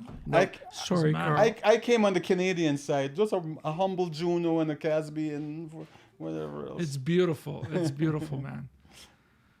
Yo, I'm what sorry, the I can't fuck? stop smiling that you're here. This It's is so happy. No, that whole thing was as cool as it can get. Thank you for that. Give thanks, brother. Thank you for I'm that. so happy to be here with you guys, man. And you're real people, man. I love and respect that. He's never changed since I met him. Yeah. what He's gonna tell me a dirty joke outside before I You know, leave. speaking of dirty and speaking of change, he did change my diapers. That's years ago. true. That is Yeah. Wow, I wish I. I found out something today that Wish I was really there. shocked me. The reason why they never had a pregnant Barbie doll, Why? because Ken came in a different box. Oh, That's totally you. well, that was a great joke. Yeah, that was classic Randy. You know, some people remember movie lines and TV lines and dialogue. He remembers every joke that is told to him. I still tell some of his jokes. He doesn't even know this.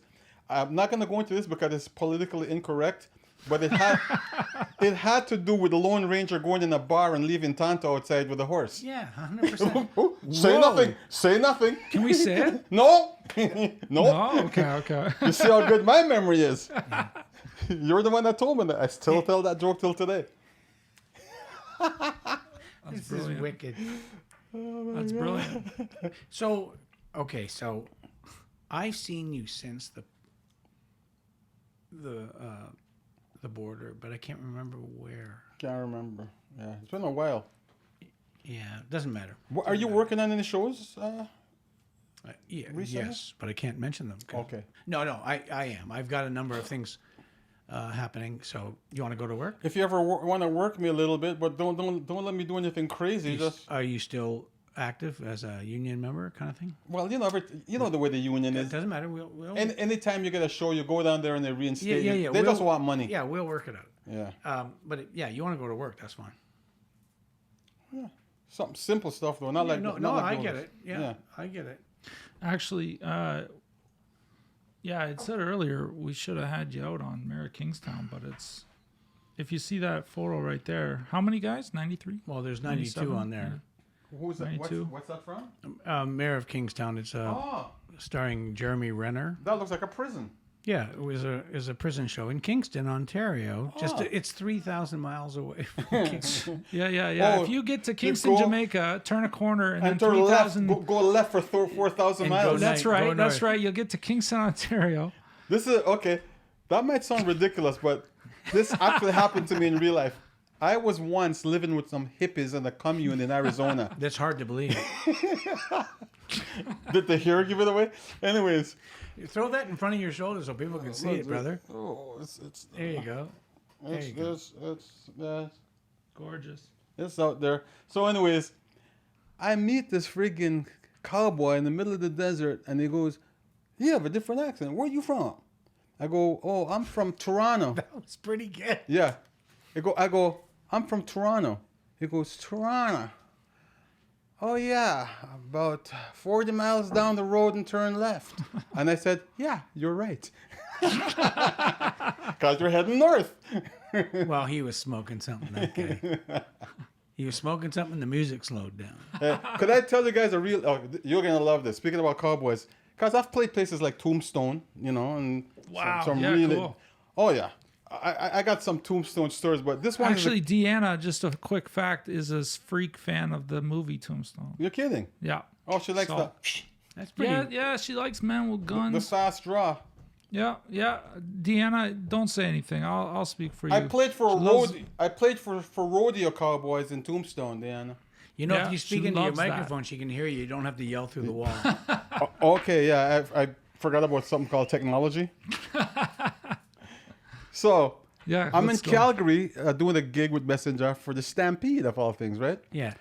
And Yeah, you know, I can see that. Yeah. Did you all wear cowboy hats? I didn't. I'm glad. I did the dread thing. Okay. So, I'm walking down the stairs in the hotel, right? Didn't feel like taking the elevator. The biggest guy I've ever seen is coming up the stairs. I mean, when I say big, I can't pass him unless he turns sideways. And he's friggin' massive with arms like this. And we're like, no, face to face. And I'm like, uh-oh. And he goes, hey, you were one of them there Rastafarians? And I go, yes, sir. he goes, and you play that there ragu? And I go, yes. Italian spaghetti music. Yeah. And I go, yeah, I do. I said, I'm actually in town to do a show during the rodeo. He goes, well, put her here. He goes, us cowboys love dancing to that there ragu music. No way. I swear to God. The buddy boy shook my hands and gave me free tickets to the backstage here, and I watched him perform, and I had the best time of my life. Took care of me, bro. Who was that guy? I'd never seen him before in my life. He's a musician? He was a rodeo cowboy. Oh, rodeo. Okay. A rodeo cowboy. Wow. Wicked. Wow. A rodeo cowboy. So again, break all the stereotypes that these guys are all rednecks. Blah, blah. Yeah, No, yeah. this nice guy, bro. Buddy boy told me like reggae, like dancing, and he gave me 2 tickets to the rodeo. Wicked. Yeah. I love that's a good story. Yeah, it's a great story. It's Actually, not but quite as good as Carl. No, Carl's better. Why am I even freaking here? Carl's a superstar. Krishna, come take over. Come talk about the Guyanese jungle.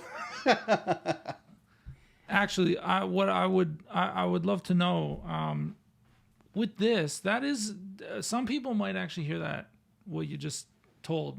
That's true. And think that's kind of a wacky.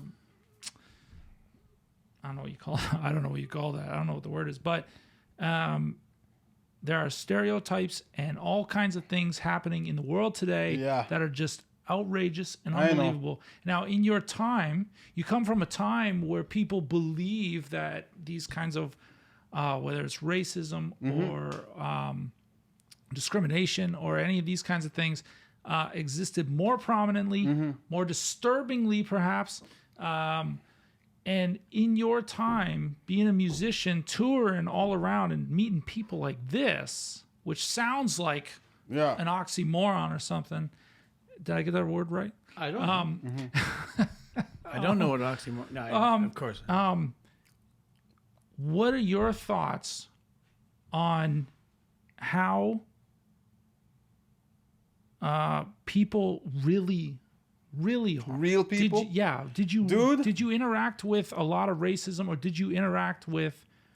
Dude, a lot of this has to do with how you are.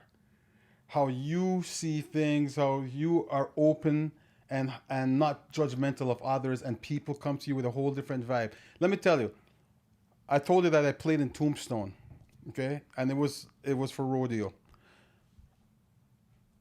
When our tour bus pulled up, we were macking back in the day. We had a big tour bus. We pulled up, and this guy comes. Before we even got off the tour bus, this guy was right at the door and knocking. He goes, "Hey, you guys, the band playing tonight?" Like this. And I go, "Yeah, man, we're just pulling up for doing our sound check and stuff." He goes, "Man, I had a shit year at the rodeo, man." He goes, "Me and my old lady, I didn't make nothing." He goes, "I fell off my horse in 2 seconds. I'm not making anything.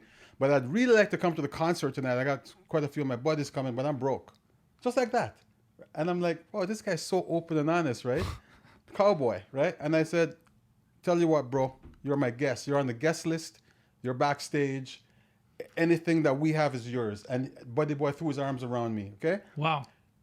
That guy and his wife came and danced all night long. At the end of the night, when we have to do our tear down and stuff, he helped our road crew.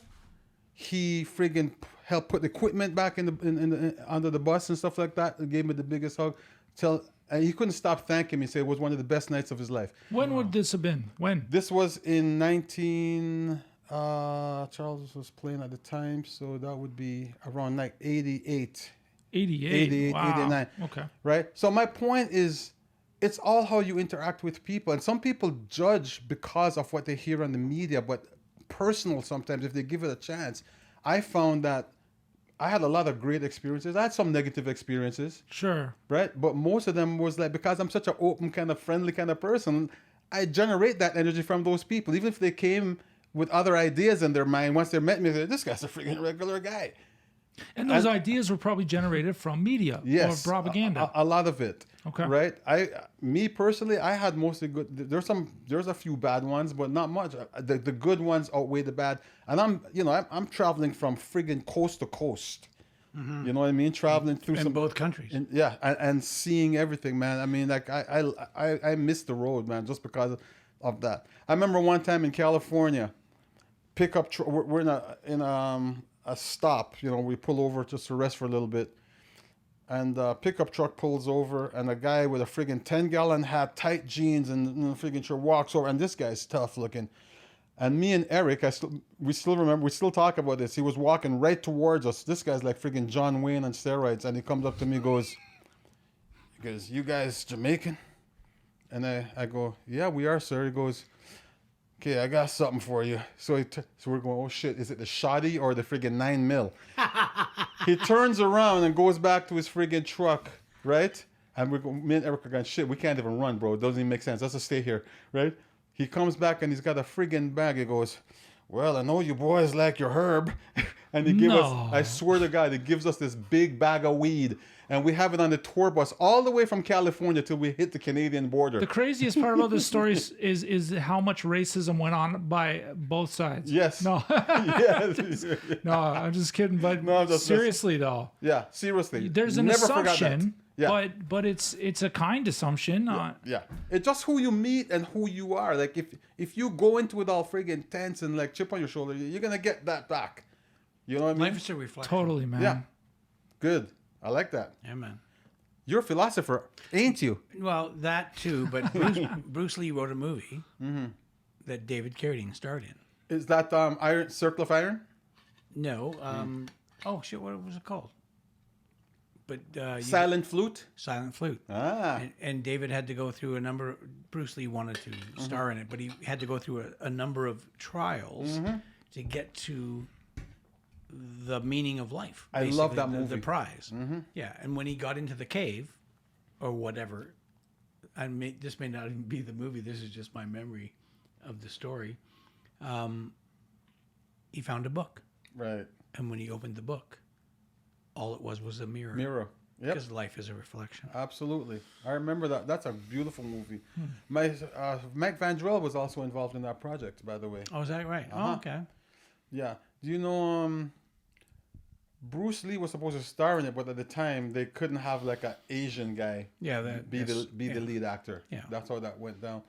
But that movie, my favorite part of that movie was when the blind master and the student was walking through this town, and there was a procession, like a wedding going on, and there's this pompous young man on a horse, and everyone just worshiping his beauty. And then the blind master says to his student, "Bring me close to that guy." So he said, brought him up, held his hand. He went close to the kid that was getting married. All the girls were just like in love with this guy. The blind master punched him in the nose and broke it, made it crooked. So the student freaked goes, "Master, why did you do that? You've ruined this young man's life. You crooked his nose. He's so ugly now." He goes, "I've just saved his life. His arrogance would have been the death of him." Oh, I have to see this movie again. Yes. Okay, so now I'm going to watch The Silent Flute and Cocktail. Between both of them, they both sort of sound like they have the same premise. Oh, yes, the same storyline. Silent Flute and Cocktail. Same what story. The fuck's going on? That's hilarious. So it's like, what do you call that when a guy gets snipped? Silent Flute. Snipped? That's called castration by Colonel E.D. Chapakakov. Whoa. Oh, sorry. The Silent Flute. Yeah. The Silent Flute. Colonel Chapakakov. That's good. Colonel Chapakakov. Yeah. Wow. Famous Russian general. Have you did you do much touring with some of the southern states? Yeah, I did everything. I mean, again, did What was it like? Some places was weird. Okay. If I can ask. Okay. Here's the weirdest one. You guys, I shouldn't be telling this, but this is. Fuck that. This is where. This is the one we want to hear. This is the one, right? So we're north of the border. In 2000 and I think 8 or 10, I go to the Turks and Caicos on a shoot where these producers developing a show called Combat Model, where we take 10 supermodels, teach them martial arts for 1 month, and then they fight in teams. They have the white team and the black team. That'd be fantastic. Dude, okay, just wait a second. What are they wearing? Oh my God, these women are like off the hook. I mean, so I'm one of the trainers, okay? And they put us up in this friggin' multi-million-dollar mansion, and this place is unbelievable. Like infinity pool overlooking the ocean. The girls are in heaven. Everyone's having a great time. Anyways, we finished the pilot down there, and then they're gonna bring it back to pitch it in LA and stuff like that. On the way back, I've gotten to know the girls really well and stuff. That's very friendly. I keep things very professional. Sure. I get to the air. We weren't supposed to stop in Miami. All I heard was professional, very friendly. Shut up. I got professional from Supermodel Fight. So check this out. We're supposed to fly directly back to Canada, but they change it and they land in Miami. We have to friggin' disembark. Okay? And all their stuff comes off. I'm coming through. The girls are in front. The producer's with me, and the director, the photographer guy, the director of photography is there, the DOP. And they all go through, blah, blah, blah. I showed my ID. In those days, you traveled with just your Canadian citizenship. You didn't need a passport. Right. So I show my friggin' thing to this guy at the border. And he goes, good job. When do you make it? I go, what? I go, that's an official Canadian document, sir. He goes, well, you're not traveling today. I'm deporting you right back to the Turks and Caicos, where you come from. I go, I'm not from the Turks and Caicos. I don't even freaking know anyone there. I'm there working, sir. And he goes, well, you're not traveling to Canada today. So the girls are yelling at him, and this even makes it worse. They're going, he's with us. What the hell's the problem? We all came through. We went down as a company, and we're all coming back together. And he even gets madder. This guy's just like, anyways, the cheeks are red, and he's all happy he's going to mess me up. So I learned something a long time ago because I've had years on the road. I go, I don't want to talk to this peon. Excuse me, may I speak to your supervisor? Sure. He looked surprised that I knew my rights, right? So they're not allowed to refuse that. So he got his supervisor. Supervisor came and looked at my ID, looks at it, goes, so tell me, where's colder, Vancouver or Toronto? I said, well, Toronto's a lot colder than Vancouver, but if you want cold, go to Winnipeg. He goes, let this man through right now. Oh, wow. Yes. Always think. You could either panic, right? He threw Canadian trivia at you. Me, yeah. And I messed him up by saying, if you want cold, go to Winnipeg. And the guy goes, let this guy through right now. Yeah. Good for you. Yes, sir. Oh, my God. Yeah, I could have panicked and started getting scared and arguing with the guy. I go, no, I'm going to talk to your supervisor. Shout out to the dick at the border. Yeah. Yeah, no shit. Notice how I got from the border. Yeah, I was just gonna say there's some. Oh yeah, you connection you just made. You worked that show, didn't you? Yeah, man. See, if I mention it and people watch it, they sell it, I make more money. Yeah, maybe. Nah, man, that's awesome, man. You've had quite a life. Well, thank you. I hope there's a little bit more left to go. I mean, are you satisfied? Well, you're a musician yourself, so we're always trying to reach that next level. And for my personal thing is like, it's always been about a good message.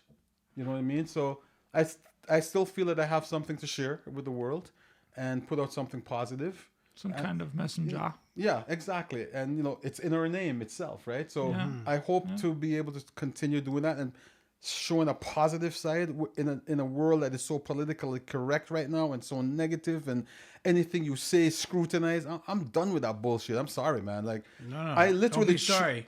I literally choose to hang with people that I can talk to. You want to make a joke and crack a joke at me? If I can't take it, I'm a piece of, I'm nothing. Give me the friggin' joke. You know what I'm saying? But nowadays, you say that, you can lose your career. Like, I just don't like what's going on. Put it that way. We should joke because at the end of the day, all of us are different. Absolutely. All of us. Diversity is what makes the world go round, brother. 100%, man. Fuck yeah. They're locked into ideas that were beamed into their friggin' stupid heads, and they're both sides are. I don't know, man, but I have hope for my children and my friends and Good. guys like yourself, people that are still there. Yeah, and in close quarters, we can say what we want, be what we Absolutely. want, and have the fun that we want. Absolutely.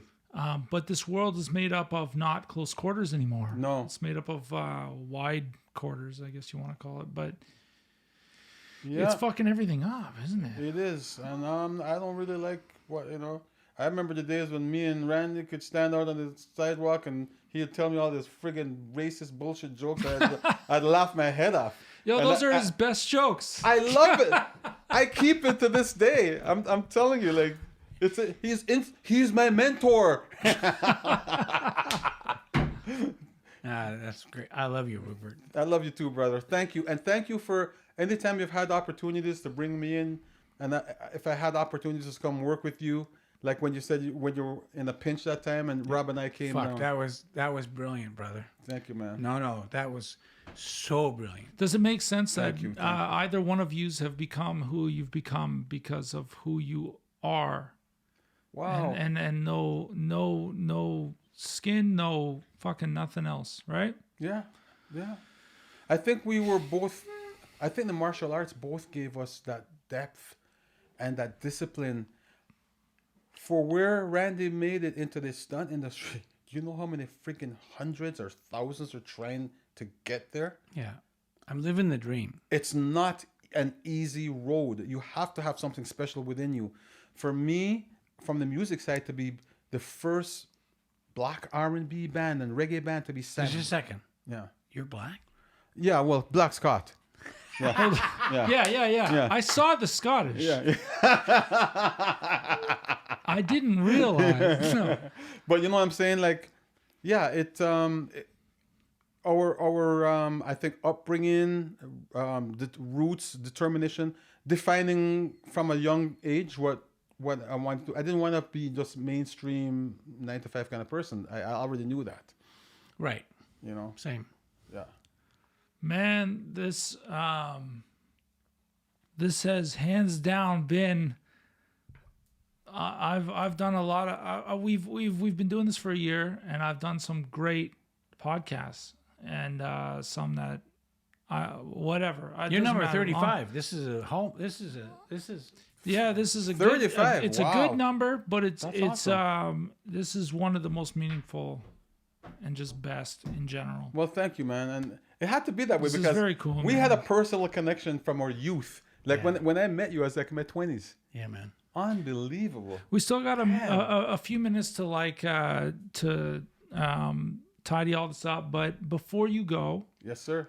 as you can see, there's a whole bunch of a lot of marker, a lot of ink okay. on this table, Okay, and we okay. would love for you, obviously, Yeah. to sign this table. Please sign it wherever you would like. Thank you. If you would like. And the most incredible thing is getting in touch with my brother and him talking to you guys over the phone. That was amazing. That's man. never happened before. It's you never know? happened before No. here either. All right, let me do my thing, bro. Yeah, do it and wherever you feel- want. I want something clean. Feel free to draw a picture. Well, that's not clean. Oh, okay, I see okay. what you do. Here we go. Big love to.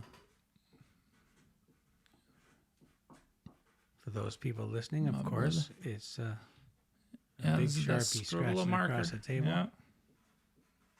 Not an unusual sound. Big love to my brothers. Does this say redneck? Oh, it says Randy. That says big love to my brothers. And then Rupert. and Oh, Andrew. fuck, for fuck's sakes. I'm reading that wrong. What were you reading? Just A shut up. N What? No, no. D-R-E-W. Beautiful. Oh, man. Thank you so much, man. Thanks, Rupert. There Thank you go. man. I love that. Yes. Again, I'm going to say it one more time. Love that you came here. Thanks, brother. And Bring that mic. yes, and it wouldn't have been possible. My brother Krishna drove me up because many years ago, Thank you. when I was living in Hawaii, and I was dumb enough, like I was down there long, my license expired while I was down there, and then I came back, and they changed the rules where I couldn't just pay the thing and just continue. They told me that I had to start over again like a kid, and I got very upset. And I said, screw that. I'm not freaking going back and repeating all that shit again since when I was a little kid. I've driven for freaking years with a clean record. So I got stubborn and said, fuck you, I'm not going to do this. But in the end, they won. But I should have done it. That's awesome. Now, I've seen the drive-in in Jamaica. The man won. Okay? It is fucking insane. Yes, it is. Yes, it Fucking is. insane. Well, thank you, Krishna. so- Thank you, Krishna. Krishna is my right-hand person, man. Like, he does Qigong with me Awesome. Wicked. wow. for many years. Wow. Yes, sir. Very cool. Well, Rupert, Cool, I got man. to tell you, man. Yeah, I love you. I love you too, my brother. And we have a connection that, fuck it. It goes back. You can't even talk about Yeah, I it. know. I hear you, man. And I'm here listen- for you. You know, anything I can do, you know, it's tough out there in the industry, but anything that ever comes up, you know, I will definitely pass it your way. I can't guarantee because it's hard for me right now also. It's all good. The industry's changed. Yeah. But like I said, if the opportunity comes, and I can recommend you to go to Jamaica and stay at my buddy's like little 5-star private resort right on Runaway Bay, right on the beach. Well, listen. Oh, Runaway Bay. Runaway Not- Bay. Not Montego. not No. Montego. Oh, I said Montego, I think, No, earlier. Yeah. Runaway Bay, which is way more exclusive, way more private, way more peaceful. It is. I've been to both. Yes. And Runaway is way better. Yes, that's what I'm Way talking better. about. I'm sending you to Runaway The Bay. grill's pretty great too. Yes, man. yeah, that- Well, I don't mean to get sappy. I don't mean to get too sappy, but Me neither. Between Carl and your connection, I love you too, man. Love you too. Yeah, man. Love you, man. No, Yeah, man. really, this You're was family. You this guys are was an family. absolute pleasure. Yeah. I was You so know what's so excited to f- have you on. You know what's so funny, because I've known your dad for so long, is that when I met you, it's just like there was no barriers or nothing. It was just like instantly family. I felt that right away. I love that. Thank you. Yeah, yeah. Thank you. Awesome, That man. is amazing. Yeah, man. Okay, no crying on a podcast. All right. I'll put my dark glasses on just in case. Yeah, man. I was crying between cuts. There was Rupert, Rupert. Thank you, man. thank you. Thank you very much, and I wish the best for you guys and continue doing all this great work. I can't believe the incredible setup that you have here, and it shows a person. When I look at the pictures on the wall, that's Randy that I remember. It shows a person that's followed their dream and their passion from their youth. Fuck yeah. And that's what matters. A lot of people don't know the direction or what they want to do. The people that do, this is the end result. And 100%. congratulations and thank you and blessings for you and your family. 100%. Thanks, man. Absolute. I agree with that. Absolute. Cheers. Thank Okay, you. guys. Cheers, guys. That was going again. Yes, my brother. Podcast. Yeah. Cut it, D.